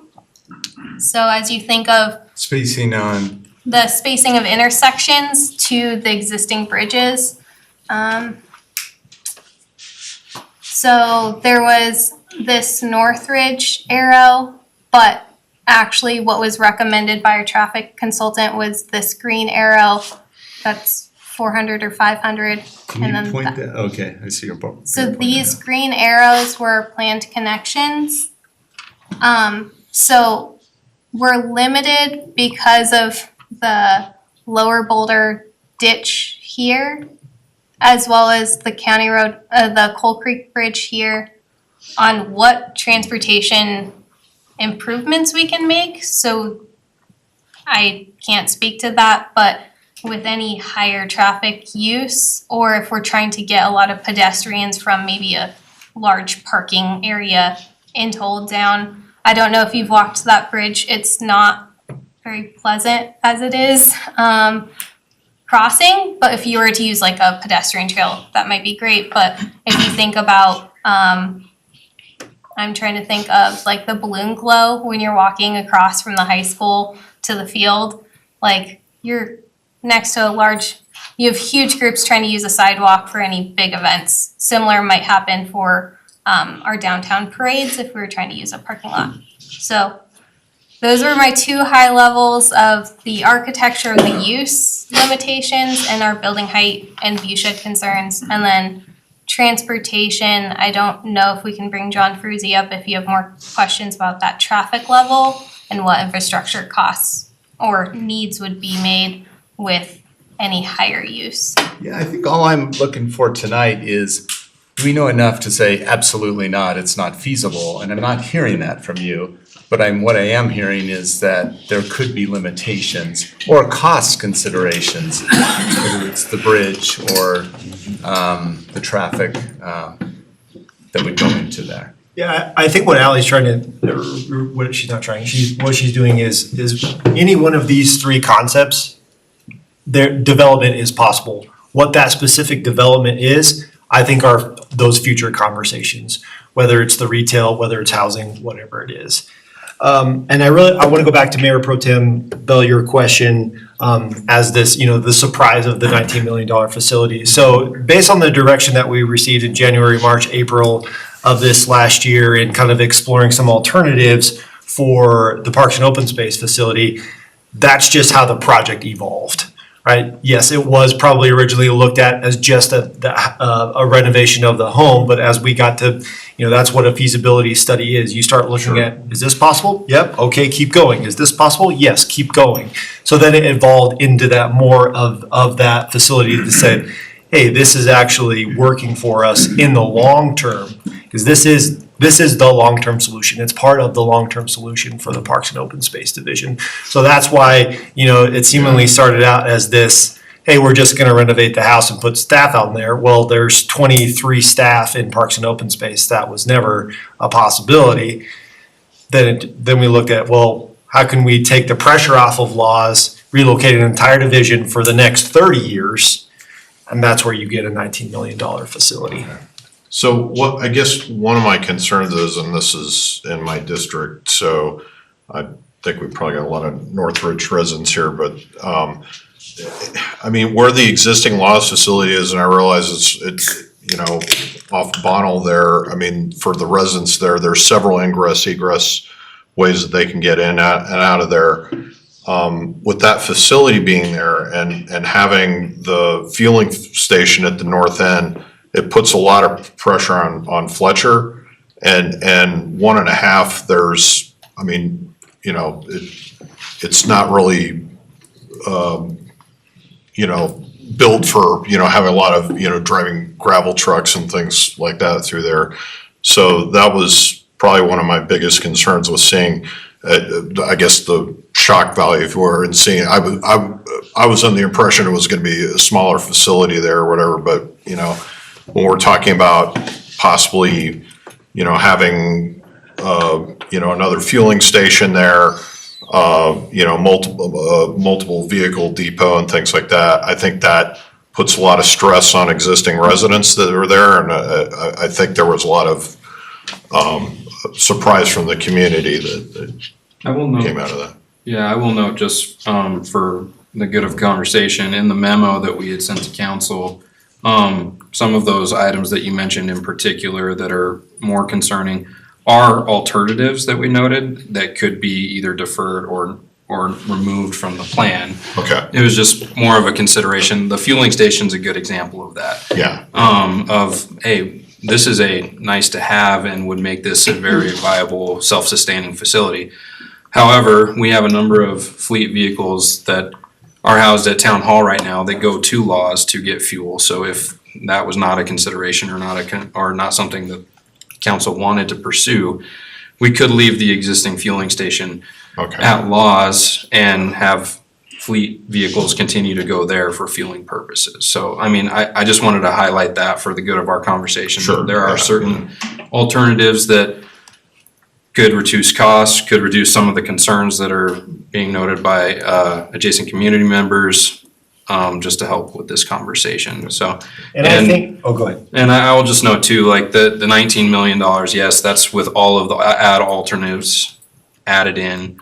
If we were to remove a number of those alternatives for consideration, it would drop the cost down to 17 million. I know that's not significant in the grand scheme of a 19 versus $17 million, but it is $2 million, which is worth noting. So. And yes, Councilmember Mortellaro, I remember you had sent your questions in, and that was kind of a response to that inquiry as well. And I think we have to remember that, currently the Parks and Open Space Division plus Public Works and some utilities are going through Erie Commons neighborhood. So we're relieving some of that pressure, albeit it's 21 full-time staff, not 23. Shame on me. We're taking them out of the Erie Commons neighborhood and putting them on a Parks and Open Space facility where they don't have to go through any neighborhood. They're not going through Northridge. They're on 1.5, so they wouldn't be using Fletcher. And I think the general activity of Parks and Open Space, yes, we'll have some material delivery, we'll have obviously staff going in and out, and then we'll have our normal base of operations. But I also think we have to remember that we have Coal Miner Park, Coal Creek Park, the linear trail, the bike plaza, and we maintain downtown. So you're always gonna have Parks and Open Space trucks, equipment rolling through downtown, no matter where the facility is. Sure. Yeah. And I mean, some of my concerns were around the traffic, right? When it went from, housing some park and rec to kind of the campus, I look at it as that traffic's either gonna go through Collier Hill, it's gonna go down Briggs, or it's gonna go down Cheeseman, right? And you guys are really busy, you got a lot going on, so there's a lot of bigger trucks, equipment and whatnot that would be going through those roads. I was having lunch on Briggs, and there were about 5 trucks that went by in the hour and a half that we were there. And, they're big diesel trucks, you gotta stop talking while they're going through. But I'm thinking, well, if we're gonna add on top of that, town facilities traffic as well with their vehicles, larger vehicles, that's gonna become, instead of noticeable, to annoying. If there's double the amount of traffic that, I saw that, hour and a half I was there. So. Well, I think that just goes back to my point of, we're down there anyway. So I think that traffic isn't necessarily gonna increase. Now, obviously, we'll be doing some studies, but, I mentioned those facilities that we already maintain in that area. Those are our Chevys, our F-150s, those aren't the big dump trucks. We don't operate those. I think the biggest equipment is a single axle dump truck that we operate. We also we're maintaining the wetlands area, and then we also maintain Reliance Park, and then that open space too. So we're already in the area. John, what's the road classification of Briggs right now? So the 1.5, as it kind of turns into Briggs, these are all arterials that connect to the rest of the roadway system. Yeah. So we will obviously take that into consideration, but again, I think what we're looking for is some general direction on, what that looks like, and as we continue that direction, looking at impacts like that. I think just to build on with the traffic study, this would all be studied, but that traffic in and out of the Parks and Open Space facility, correct me if I'm wrong, would be very much time of day. So you'd have in the morning going out to job sites. There's not a lot throughout the day. There would be some, but there would be less throughout the day, and then in the afternoon hours when they're coming back to the facility to finish the day. So it's very much morning, late afternoon, and early morning, late afternoon, and then throughout the day, sporadic. So. I get the advocacy for putting this down there, but man, I am struggling to see why putting an industrial facility north of Old Town benefits Old Town and our small town feeling. It's convenient, we own the land, so there's lots of positives along that way, for sure. But when I think about this from a 50 or 100-year decision, it just doesn't seem like the right place to put any trucks, any more industrial type usage down there, especially when we may not own it at this point, but there's at least land that is down by the Public Works facility where this is already coming from and out of. And I'm looking for ways to enhance Old Town.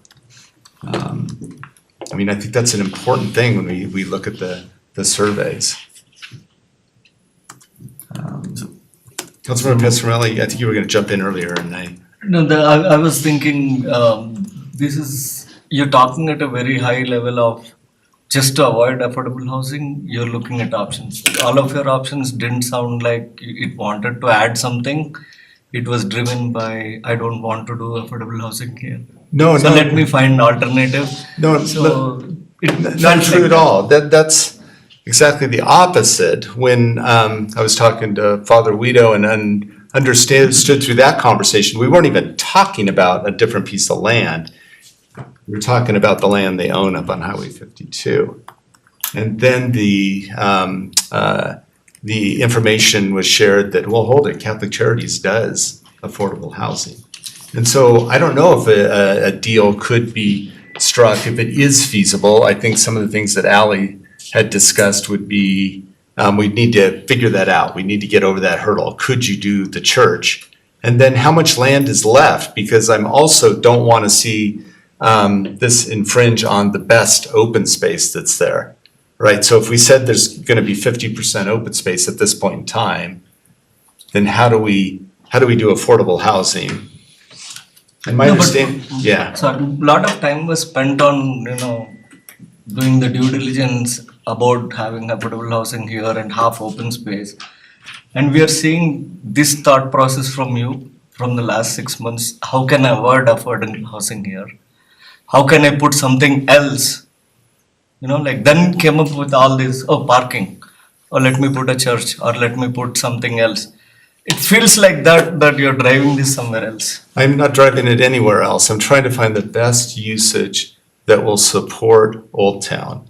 There's no money, by the way, to build any of this affordable housing. These are renderings, and the state and federal government is pretty much shut down, funding. So just because we have a rendering, I don't want anybody to think that all of a sudden we have a bunch of affordable housing. And in fact, we will be having another conversation about Cheeseman, our current affordable housing, which is turning out not to be affordable.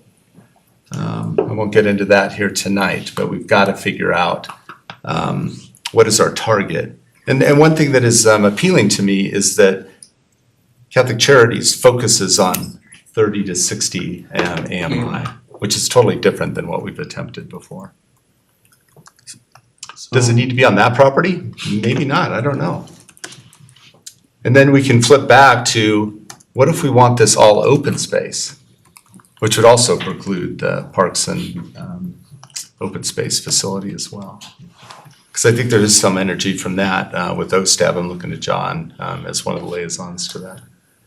Yeah, so to that point, OSTAB sent out a memo to us prior to the September 23rd, and they're the ones who asked for options 4 and 5 to keep that property all open space. They feel, since I'm the liaison, I try and interpret what what they said, but based on their letter and our meetings, they'd like to see all of it kept as open space.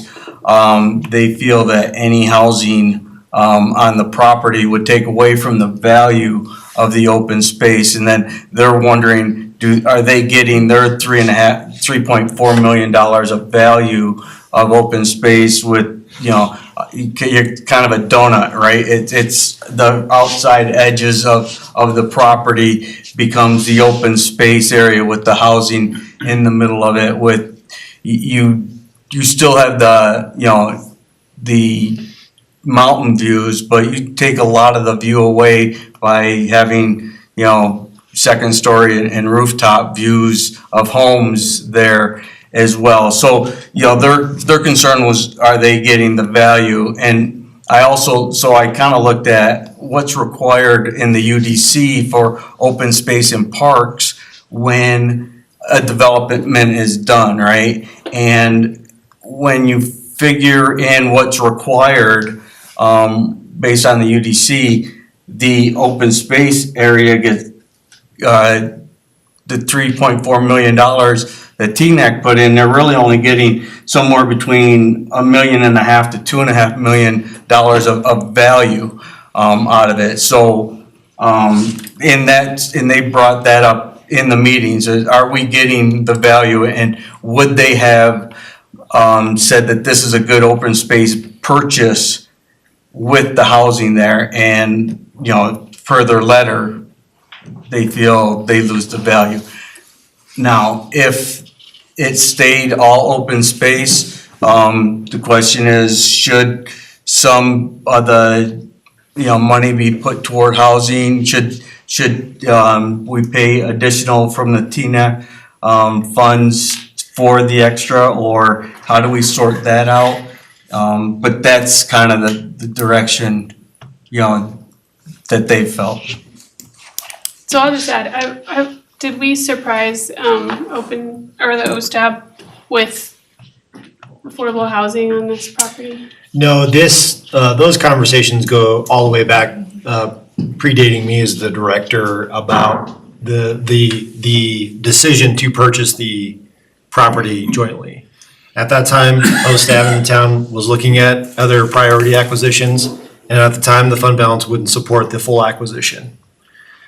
So we came up with a plan that said, well, what if we look at splitting it, right? Without knowing all of this information, what if we looked at splitting it that could support our goals for housing and preserve an open space that also had a trail connection? So those conversations were had with OSTAB, and OSTAB agreed to jointly purchase the acquisition. And I think when we presented these concepts, that's when they decided that maybe we should look at a concept that's all open space. So I will say, no, we did not surprise. OSTAB was not surprised that we were moving this direction.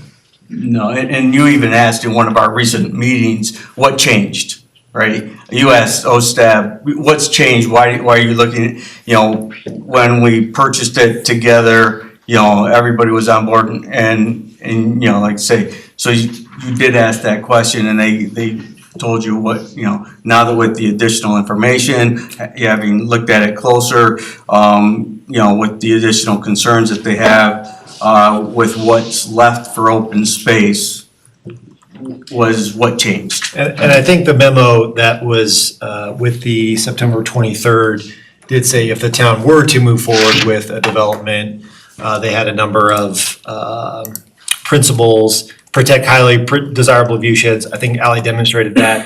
Give priority to expanding and protecting open space along the Coal Creek Greenway. We're doing that.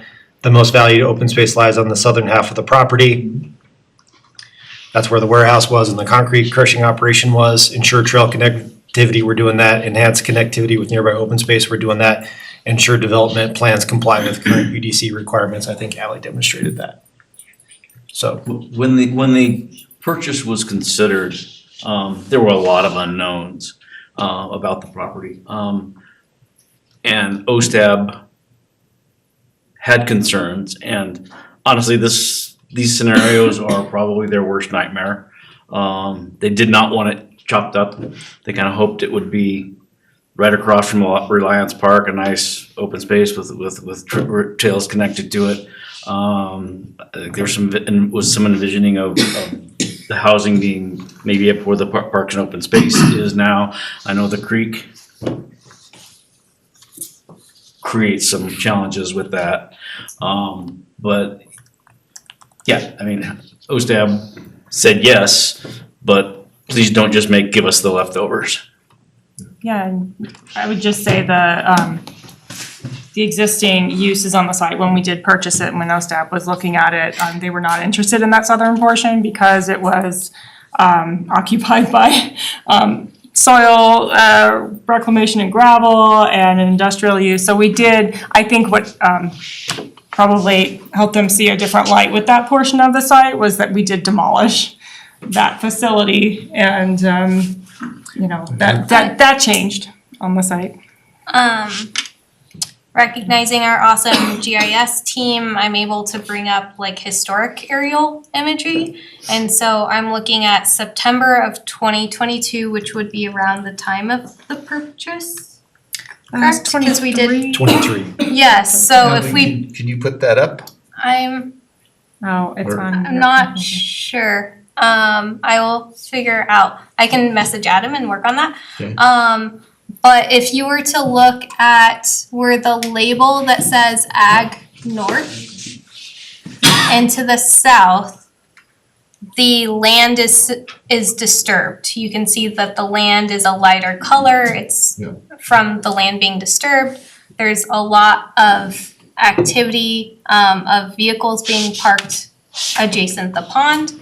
And so at the time of purchase, everything in the southern half had been disturbed and being used in an industrial way by the previous owner. So I'm just providing that context of what was there in 2022 and our decision to purchase, how we purchased it in early 23 versus, we spent funds to clean up the site in the interim, and we've allowed some of that native vegetation to come back, and so that might have led to different feelings today.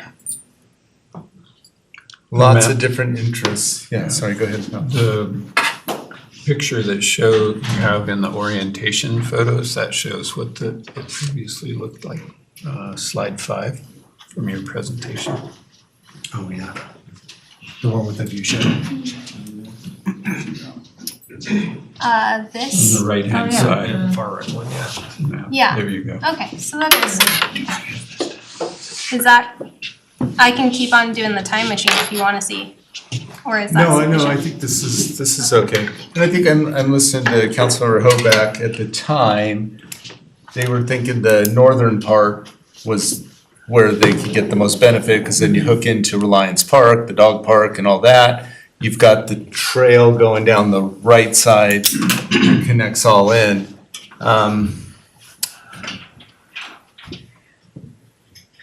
There's competing interests. Obviously, Luke and your team would love to have this land for their facility.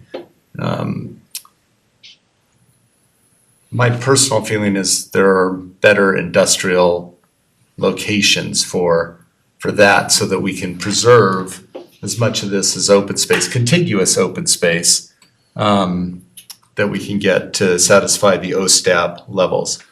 If we took the top part and probably the right part and said that's the OSTAB piece, that's the crown jewel for OSTAB, then what I would like to see is whether it is feasible to do the affordable housing from Catholic Charities and to the church on that other side. It may not be feasible. But if it is feasible, then we've solved multiple problems. So what I'm hearing is there is a desire, at least from you, Mayor Moore, for options 1 through 3. Bring back 1 through 3. Yeah, these are 1 through 3.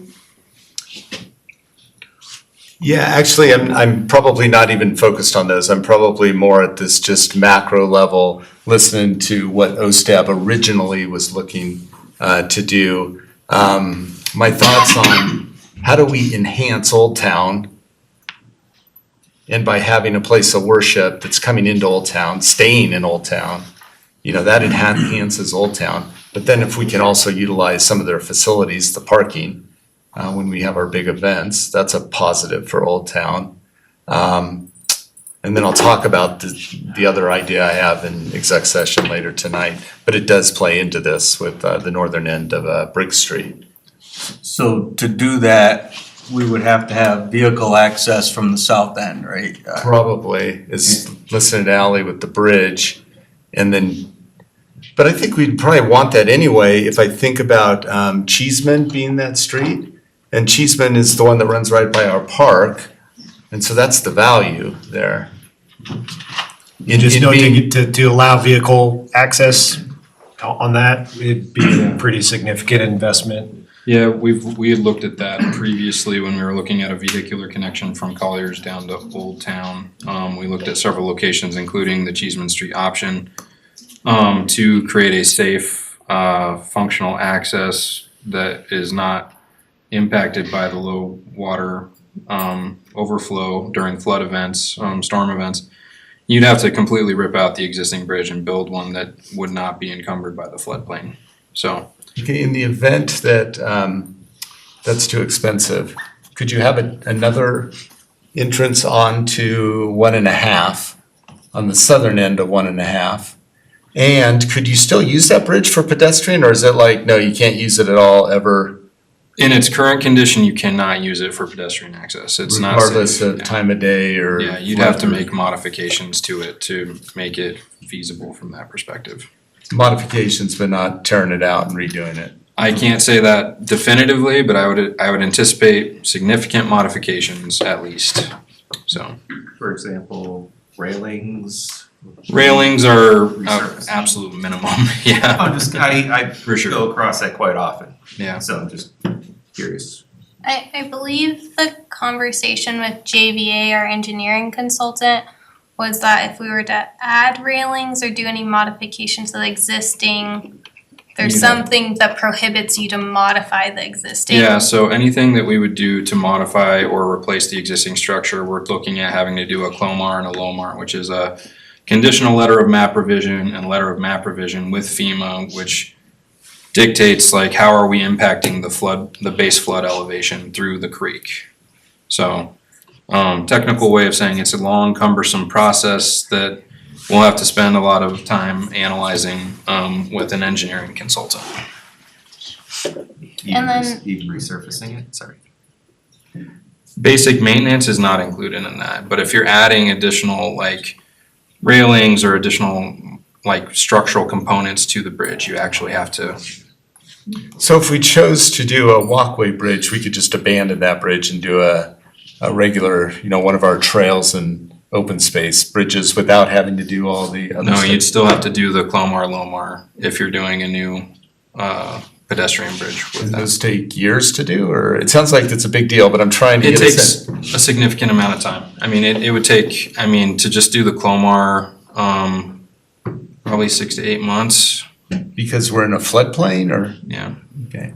And then for reference, it might be hard to see on the PowerPoint, but there is like a dashed line that follows the edge here. So the dashed line is the floodplain and it extends all the way up to here and then follows the entire southern edge all the way down. So this area of green is all the floodplain, which would then, again, have those requirements if we were to do any type of crossing. So I missed your mouse pointer. Were you on the right side slide or the right? So if you see the Which picture are you on? The pink. Yeah, I see it So now. the lower boulder ditch is the northernmost point of the floodplain, Yeah. and then it follows the edge of the ag holding. So that's why the ag holding didn't go any further south, is it was literally limited by the floodplain. So if you just follow the edge of the ag holding, that is all entirely floodplain, which has the limitations David spoke of. But on the pink piece of that, you can build, if I'm understanding you correctly. Correct. Then it, with the pink piece, looking at the kind of bold green arrows on any of the scenarios, then you're coming into our transportation requirements as far as spacings for vehicular crossings, but I believe we could just do sidewalk improvements if we're just trying to get people down County Road 1.5 on sidewalks.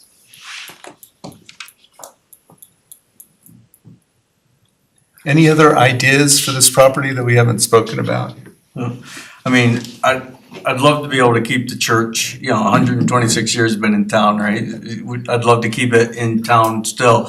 So it looks like the only two options or main options will be coming south off the southernmost part off of 1.5. And then swing into that pink area.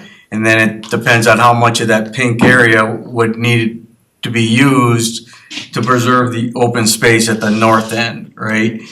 Or the 11 acres up top, would that be suitable for putting the church on that piece of it and still not as much in town, but still close to town, much closer than 52. So then that goes back to, I think, what Councilmember Hobeck said about OSTAB would prefer the northern side, but maybe that's just a new conversation with them. Yeah, I mean, I think we should probably get them to speak for themselves, but my recollection is we're looking for a larger contiguous piece, let's put it that way. Yeah. So more relying on that option 3, which is the far right. I think that probably maximizes. Probably does, yes. And I just want to point out that I think we have to have some conversations on trading land with land that was purchased with Trails Natural Areas Fund. Do want to point that out. So, yeah, that goes back to, I think, what John was saying, because I had that same concern that just if you're dividing it in half and then whatever we use up, if the TNAC portion is like, if it was, you're getting whatever, $1.5 million worth of land that we paid 3.5 with TNAC, yeah, that's. Right, are they, 46.5 acres, they paid for half of it. So, how do you, they say none of the three options that are shown here, I feel, and they feel, give them that value, right? So do we need to pay back some of that TNAC funds, kind of in the same vein as paying back the housing fee if we keep it open space, right? So is there a way to keep it 50-50 is what we need to do? There's no actual lines on it, right, that we've done so far? It can be kind of divvied up any way that we want it? As shown in the 3 options, all of them are under 18 acres in terms of developable area. So the pink is actually just less than the open space area. So the the entire property is 46.5 acres. Option 1, which is showing the most ag holding, there's only 21 acres of ag holding zoning. So that's as close as we get to the 23 to split 50-50. So I think what I would like to see happen, if there's support for it, is that you go back to see if it's feasible to do the affordable housing, the church, and the open space, and you try to keep that as close to 50-50 as it is. But if that's not feasible, for whatever reason, then you come back with options, and one of the options may be that we need to pay money into the affordable housing. Another option may be that we need more open space money because they got more than 50%. Well, I don't think it's possible to give more than 50% to this, just because of the sheer nature of how you can develop this property. You're not going to get more than 18 acres of developable property, no matter how you slice it. Got it. Okay, so that's not a concern on that way. So if you're thinking about this as TNAF getting their share, yes, they're going to get any one of these options is going to achieve that 50%. And they may get more than the 50%. Yes. Are there any constraints with the ARPA funds to use it for open space? No, and I have Director Hancock's email here, and I start it. She's There's no smiling. requirement to pay back these funds. These funds have been properly spent, and there's no obligation to pay them back, even if you do absolutely nothing with this property, as long as the town retains ownership. Yes. I still struggle breaking this up and putting housing on here or any sort of development on this. I see a strip of green space up through Erie, and part of it is the views of the mountains and the views of the town itself, the trees. And then I think about around the house where those trees up there, I feel like if we do a park and open space facility, we're taking that away from the residents, because I understand that we need to have secure areas around facilities like that, and I think we're taking that gem part of the property away from the residents by doing that. And so I struggle with doing anything other than open space for the whole thing and figuring out the other parts that we'll need to deal with, paying the housing fund and what we're gonna do with the parks and open space facility. And is it a new facility or is it an expansion? But I just don't see this property other than just open space. So your solution is make it entire open space and whatever the housing was paid back. And the open space doesn't have that much money, right? That's why they got only half of it. But now figure out some way to figure out some way to move forward with keeping it open space. Or So in that turning it scenario, to though, open space. then TNAC or the Open Space Fund would need to come up with another $3.5 million to basically reimburse Well, the affordable housing it can fund. come from other, if I understand correctly, it can come from other areas. It doesn't have to come from that fund. general fund. I would say yes, but I don't know that for certain. And it's, what I worry about is we really don't have other money just hanging out, which is also part of another conversation a little bit later tonight. I think kind of goes back to the original point of why OSTED didn't want to buy it in the first place, because it would put a significant impact in the Trails Natural Areas Fund. We'd have to make some decisions on what properties we no longer can buy and what projects that we're currently planning to do with TNAF dollars according to our strategic plan that we just finished up with, what projects that would have to be significantly delayed if we did make that transfer. Right. All right, so one more thing, what about if you kept the 35 acres that the house and the barn are not on as open space? And then we figure out what we'll do with the 11 acres up top. Now, I know we definitely want to keep the trees from being impacted and the trails up on that ridge, but if you look at it that way, that's about 76% of the property, which is about $5 million. And so TNAF would pay $1.6 million more instead of the full 3 something, right? And then we figure out what we're gonna do with the 11 acres up top. You know, whether the church can go there, whether we do some sort of park and rec, or maybe even affordable housing, but this way only, you just keep the 36 acres or 35 acres as open space. That sounds like an option 6 to go on here. I want to address probably what, if anyone at home is watching, like the whiplash of what, there's a church? Like, where did this come from? And all of a sudden we're talking about adding a 6th option and. Churches and parking lots. Yeah, so. Parking lots, yeah. For staff, I appreciate your valiant effort. I feel like we're all over the place.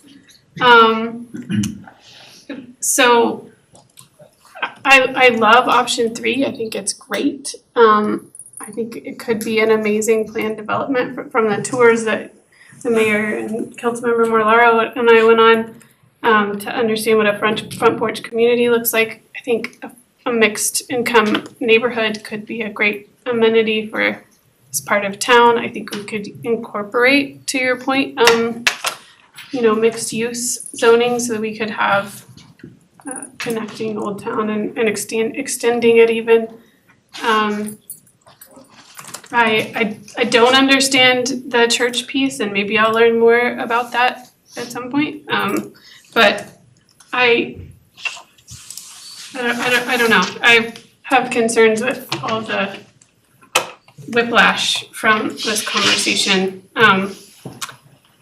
And then we still have the issue of expanding laws and that being a floodplain and being twice as much as the $19 million to improve on the Page property that what's already there. So I don't know that we've really grasped that as a body yet. Like, we really need to look at that. Is that what we want to take on? If we were so concerned about $19 million, $40 million is it's huge. And You don't have a way to pay for either. And I don't doubt that it's necessary, but I've been trying to absorb all of this, and it's interesting. We're talking about reimbursing the Affordable Housing Fund with $3.6 million. I'm still open to that. I still think if that's what we do, that's what we do. But it's just, I just am having whiplash from going options 1 to 3 to now 4 to 6 as well. So it's a lot. Yeah, this is called ideation, and it's a process that happens when all potential usage have not been explored. And so that's all that's been going on since March, when this first came to us, and September, when we learned of something new, a complete parks and open space facility. And so through that, I'm trying to do something that preserves Old Town and the small town feeling. What do we do to make that more? That's one thing. I'm trying to figure out whether there's an option to keep the church in Old Town. Because frankly, that's an economic driver for Old Town as well, especially as the church grows.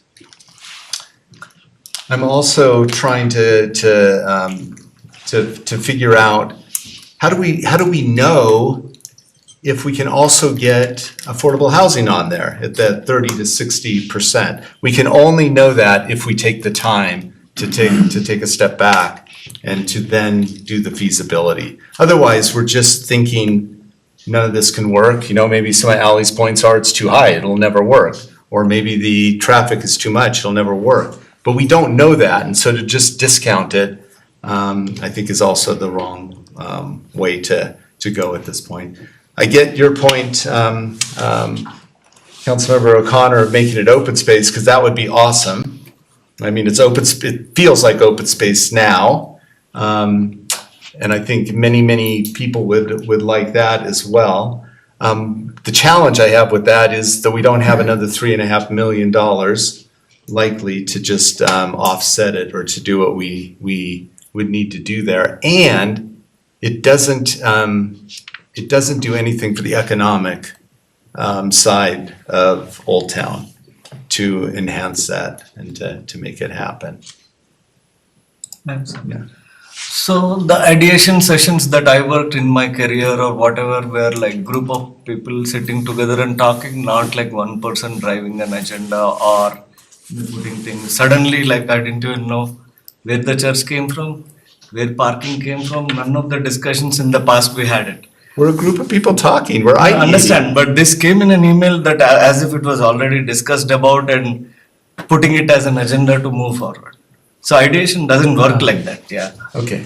So just wanted to let you know. All right. So my other concern is that if we are moving ahead with increased open space, there's the cost of acquiring it, but there's a cost of maintenance, and I would like to understand that more of what that looks like for the long term. If we're gonna go that route. Yes, we would have to conduct an open space management plan, just like we do with all our open space properties, and figure out what level of maintenance it requires. You have the existing pond on site. If you were to retain that does have a cost to do to maintain it. Are we going to use the water to irrigate the trees? We have the tree stand that's there. that we have to figure out how we're going to water. So there's going to be a cost to that. You have, I think I put in the slide, $160,000 for just year one of reclamation activities. And that's kind of based on some of the areas that need a little bit more love than the others. And that's just year one. It's probably a 5-year process, and your costs decline. So I couldn't give you a cost per acre just because we haven't done that open space management plan, because we don't know exactly how many acres we're going to be maintaining as open space and whether we're keeping the pond. And, there's obviously the trail maintenance, but those costs, in the grand scheme of things are fairly minimal. It's the reclamation piece for that 3 to 5 years. That's going to be the most significant costs. Ellie, I have another question. On the pink and green areas on the south end, so even in the green areas, floodplain, you can't build there. You can't build parking lots as well? So nothing can go there? Okay, thanks.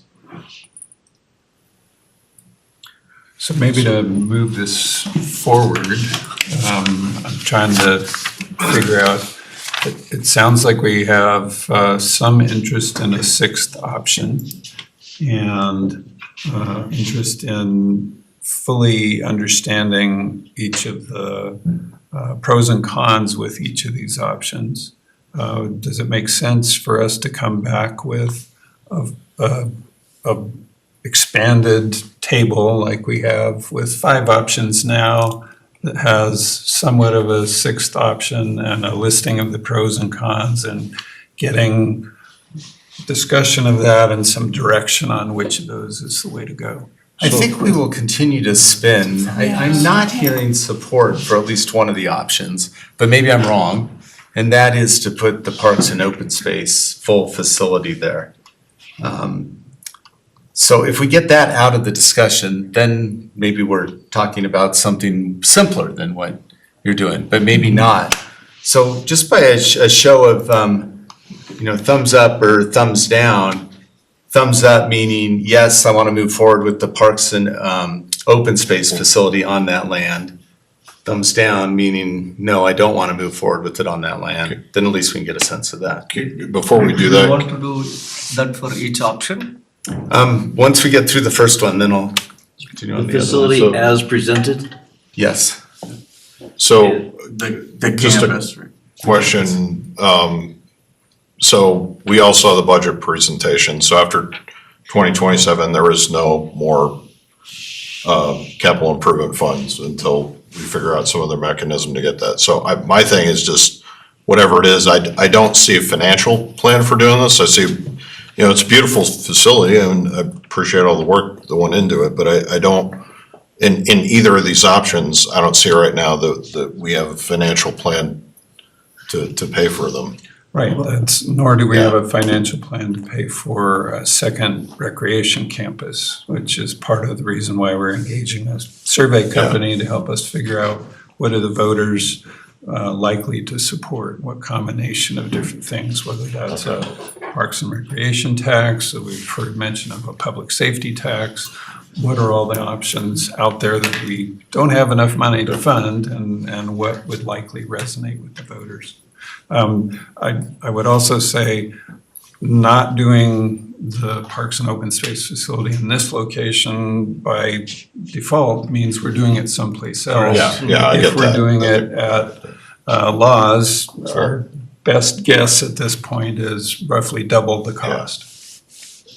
Is there any desire from staff to have council, or to basically pursue a 4.5 option where one of the thoughts was to, like, for lack of a better way of saying it, lightly renovate the house to move some staff over there, or is that just not an option that really is feasible when looking at it? We'll have to do something with the house and the existing warehouse. I think if I'm understanding that the 4.5 option is we could look at a phased approach. And eventually do the full build out, but that's maybe not not what you're saying. We would have to go back to kind of the drawing board and figure out what we would want to do with the house in terms of a programmatic level. So I don't have a good answer for you other than I think one of the options that we discussed, and I think it kind of falls into the funding, is a phased approach. I think the direction that we're looking for is, do you have some sort of facility here? We haven't explored another option of activating the site. You know, I think there are a lot of the same concerns that people have. I'll say from Luke's perspective, like if we were to get direction to move forward with a facility at this location, depending on what the funding mechanism is moving forward to build the facility, there are phasing options associated with that. If the ultimate phasing or if the ultimate funding mechanism were to be to bond a facility out here, you would likely want to just build out what you're going to need for long term, just because you're not going to want to phase a bond. Yeah. There are options to phase it to a certain extent. It's just depending on what the funding mechanism is to be able to pursue that. So. And I think it goes back that if we start it there, then we're likely going to continue there and just build it out eventually, which would then go against the kind of open space discussion that we were having. I think it kind of goes backwards to the original thought of just using the house as almost a temporary facility until a more permanent facility was built elsewhere. But it doesn't sound like that's Which I recall hearing wasn't really desired. We didn't want to look at the short term. We wanted to look at the long term, which to my point earlier, that's why it evolved into more of a complex. True. All right, so just by a show of hand, thumbs down means no on the parks and open space facility on this property. We recognize that we would have to go find another piece of land and work all that out. Thumbs up means no, I want to stick with the plan to put the parks and open space facility here. All right, so. All right, we've got enough thumbs downs that's off the table now. So now the discussion can just turn to the more pure open space, and then what do you do with the rest of the property? Could I just clarify? So we would be looking at options 1 through 3, but the dark green parks and open space facility would then be just open space? Yeah, it's just not part of the discussion. Or pink. Okay.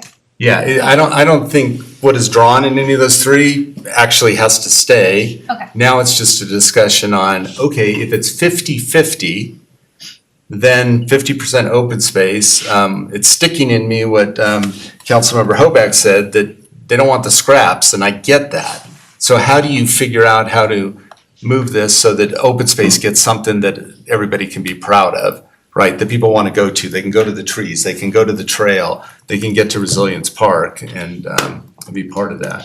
And then what is the other 50%? And on the other 50%, I would like us to at least to. One thing on this one, just a last thought on that one. So if we keep postponing this thing or stall this project, construction tomorrow could be 30 million instead of 19 million.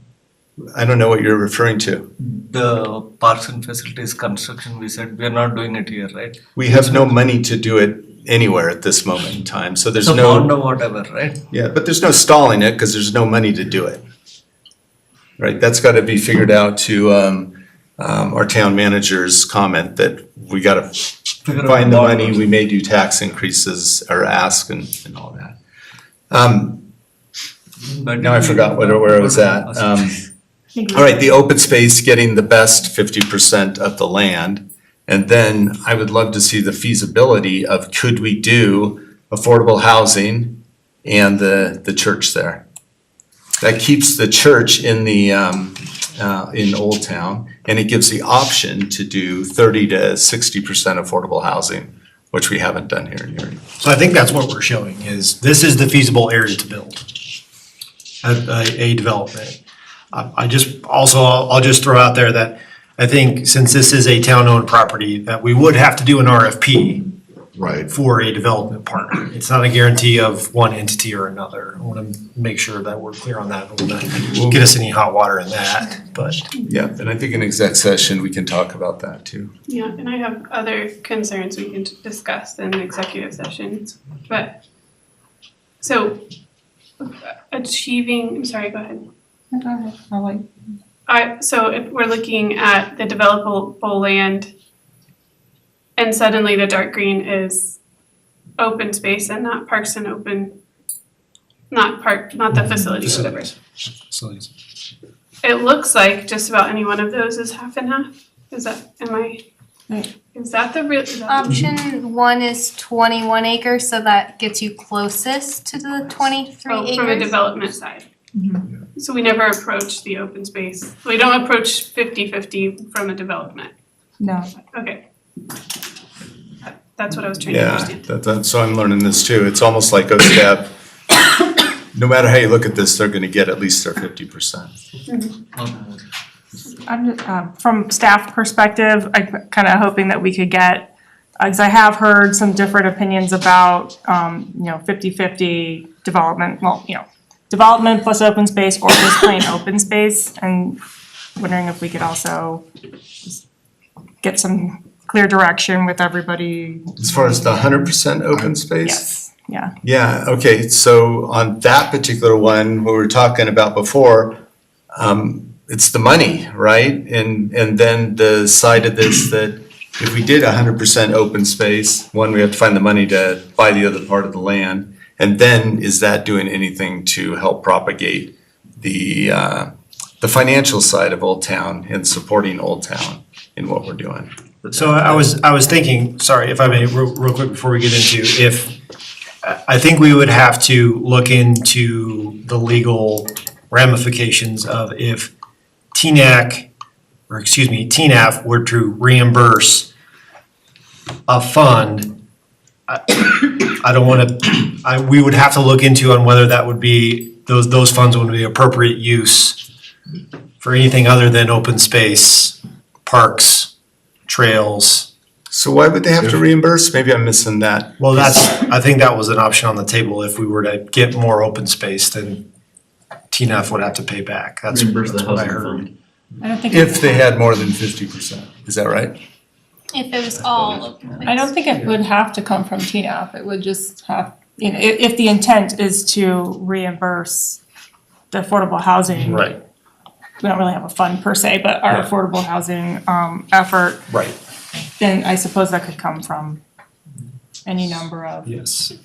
And I heard a mention of TNAF, so I wanted to make sure that I was being. Yeah. Can we just say in the spirit of the original agreement, we agree that there'll be 3.5 million, whatever, that will be used for another, and then try to make it as simple as possible. I don't know. I'm not sure it's a bridge we have to cross at this point. Yeah. If the open space gets at least Okay. 50%, then whatever the other 50% is, what's the feasibility of what we built there? Okay. Affordable housing, perhaps a place of worship, then we can come back if that is a concern, right? If it's a 20% and all of a sudden, open space gets 80%, okay, I get that. But if it's 55 and 45, are we gonna worry about it? Maybe not. Can you clarify for me, the dark green that's set aside for parks and open space, are you telling me that's all absolutely undevelopable? No, so there is the overhead power lines, which is this shaded above. Let me just double check. No, okay, that doesn't show it. So there is a shaded area that is the overhead power line that you cannot develop underneath it. I believe you can do roads or you could maybe do a parking lot underneath that. And then just due to the narrowness of the rest, traditional development would be difficult. You could potentially do clustered housing or an apartment type multiplex, but just due to the nature of how you lay out streets, it would be hard to do your traditional single family detached up to townhomes just because of the proportions. But if you wanted to pursue a more clustered housing type or multiplex, that would be possible, but it would just be very difficult and not as easy of a yield as a normal market rate developer would probably pursue. It'd be inefficient for sure. And the tree stand is also kind Drive of the the cost. widest area is the tree stand that's existing, so. Okay. Appreciate that. That's why I think it's ideal for the facilities because we can plan it according to our needs. So how about we recommend at the next OSTAB meeting, they look at keeping the 35 acres off the ridge, not the 11 acres in the dark green, and keeping that all open space. Would they be willing to recommend that $1 million or $1.5 million comes out of the TNF fund to go into housing if they were able to keep that whole, that 35 acres as open space? I think that's where my concern lies, is TNF going into a fund to be used other than for the purpose in which it was created. That's the concern that I was pointing out. So I would say that they're gonna pay $4.5 to $5 million for the 35 acres, that'll be open space, is what I'm suggesting. They've already put in $3.4 million, right? But it's ultimately open space fund. It's no longer ARPA funds. That's probably a legal question. You're using additional We probably can't dollars answer that to here, not right? purchase open It space. just, the light went on where you were. Sorry, I wasn't explaining it very well, but I'm glad it did. Yeah, no. I mean, I wouldn't recommend the 11 acres east of the creek as being the developed area. It's just very inefficient. And it would, whether or not we want to maintain the tree stand, that would be something that would also detract from developable land in that area. And some of that area isn't developable just because it is so narrow. So I do worry that it wouldn't be very useful. One, the area that is to the west has the old concrete crushing facility on it, which would take a lot of reclamation to make a traditional open space as well, so. All right, I'm going to suggest that we stop this conversation here. We have an executive session tonight where we can actually have a conversation about negotiations with regard to this property. And then that'll allow us to get into some of the legal side of things as well. All right, so thank you for all of this work. More to come after we have that conversation. With that, we're going to move on to our council member reports and announcements. And I think I'll do this a little bit differently tonight and just ask if anybody has anything to share as opposed to going around the dais. And then we'll get right into our executive session. Yes, Councilmember Bear. I bet you guys are shocked that I have board announcements. I just wanted to say thank you to the community. Our food drive was profoundly successful. We delivered over 2,200 pounds of food to the Erie Community Food Bank and to Sister Carmen, and that was all from the generous donations from our community, and I'm so thankful. And Coal Creek Meals on Wheels and Sister Carmen have both expressed their gratitude. So thank you to everyone who participated. And thank you to Parks and Rec staff. That was a lot. People showed up with a lot of donations, and we took over their break room. So many times actually, including after the food drive was over. So I'll be testifying at CTIO tomorrow, which is the Colorado Transportation Investment Office. Yes. I'm getting it. It only took 3 years. To advocate for I-25 North in our communities along that corridor for investment. And then I wanted to say thanks to the Sustainability Department. They applied for $600,000 for the Powerhead Colorado grant, and we'll be using that to help support staff as we're implementing those initiatives around beneficial electrification and some trainings and things through Dr. And then I wanted to thank everyone for coming out for community coffee. Thank you, Mayor Moore and Councilmember Hoback for joining us. And thanks for the Veterans Day event, Luke. That was tremendous as usual. I really appreciate that every year. And I guess I'll leave it there. So thank you so much. All right, great. Any other comments, councilors, Mayor Pro Tem? Thanks. Just want to bring up some events for everyone. Friday, November 21st, so there's a cultural caravan performance. Alejandro Castaño and Friends is performing it's at the ECC. Thanksgiving next week, which wishing everyone a really happy Thanksgiving. The Pilgrimage Run is happening, and then December 5th is our Parade of Lights downtown, so see everyone down there. All right, sounds good. Go ahead. So Councilmember Pesarmelli and I were at HPAB last night, and they approved the windows going in front of the bell. Excellent. On the bell tower. Thank you, Chad and team, for that idea. It's pretty awesome to highlight it and showcase it to the residents, and I think it's gonna be awesome, so thank you. So it'll be lighted behind, the windows will go up, be lighted so you can see the bell? Yeah, that's the plan. Nice. So, yeah, we're excited. That was exciting to get that forward and actually return it to, how it looks here. So as much as possible without the open air, because that presents challenges with maintenance and things like that. Yeah, birds and pests and weather and, but, very well preserved, up there. So some minor restoration. Okay, great. Councilmember Hoback, anything tonight? All right, with that, I'll look to the Mayor Pro Tem to take us into executive session. Thank you, Mayor. I move to go into executive session to determine positions relative to matters that may be subject to negotiations, develop a strategy for negotiations, and/or instruct negotiators pursuant to CRS 246402-4E, and to consider the purchase, acquisition, lease, transfer, or sale of real, personal, or other property pursuant to CRS 246402-4A, in which a topic cannot be disclosed without compromising the purpose of the executive session. And 2, to hold a conference with the town attorney to receive legal advice on specific legal questions pursuant to CRS 246402-4B, and determine positions relative to matters that may be subject to negotiations, develop a strategy for negotiations, and/or instruct negotiators pursuant to CRS 246402-4E, all regarding the town center DDA. All right, do we have a second? Second.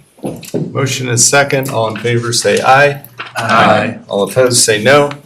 All right, we will adjourn to executive session, and we will not come back to the public forum. We will adjourn after that.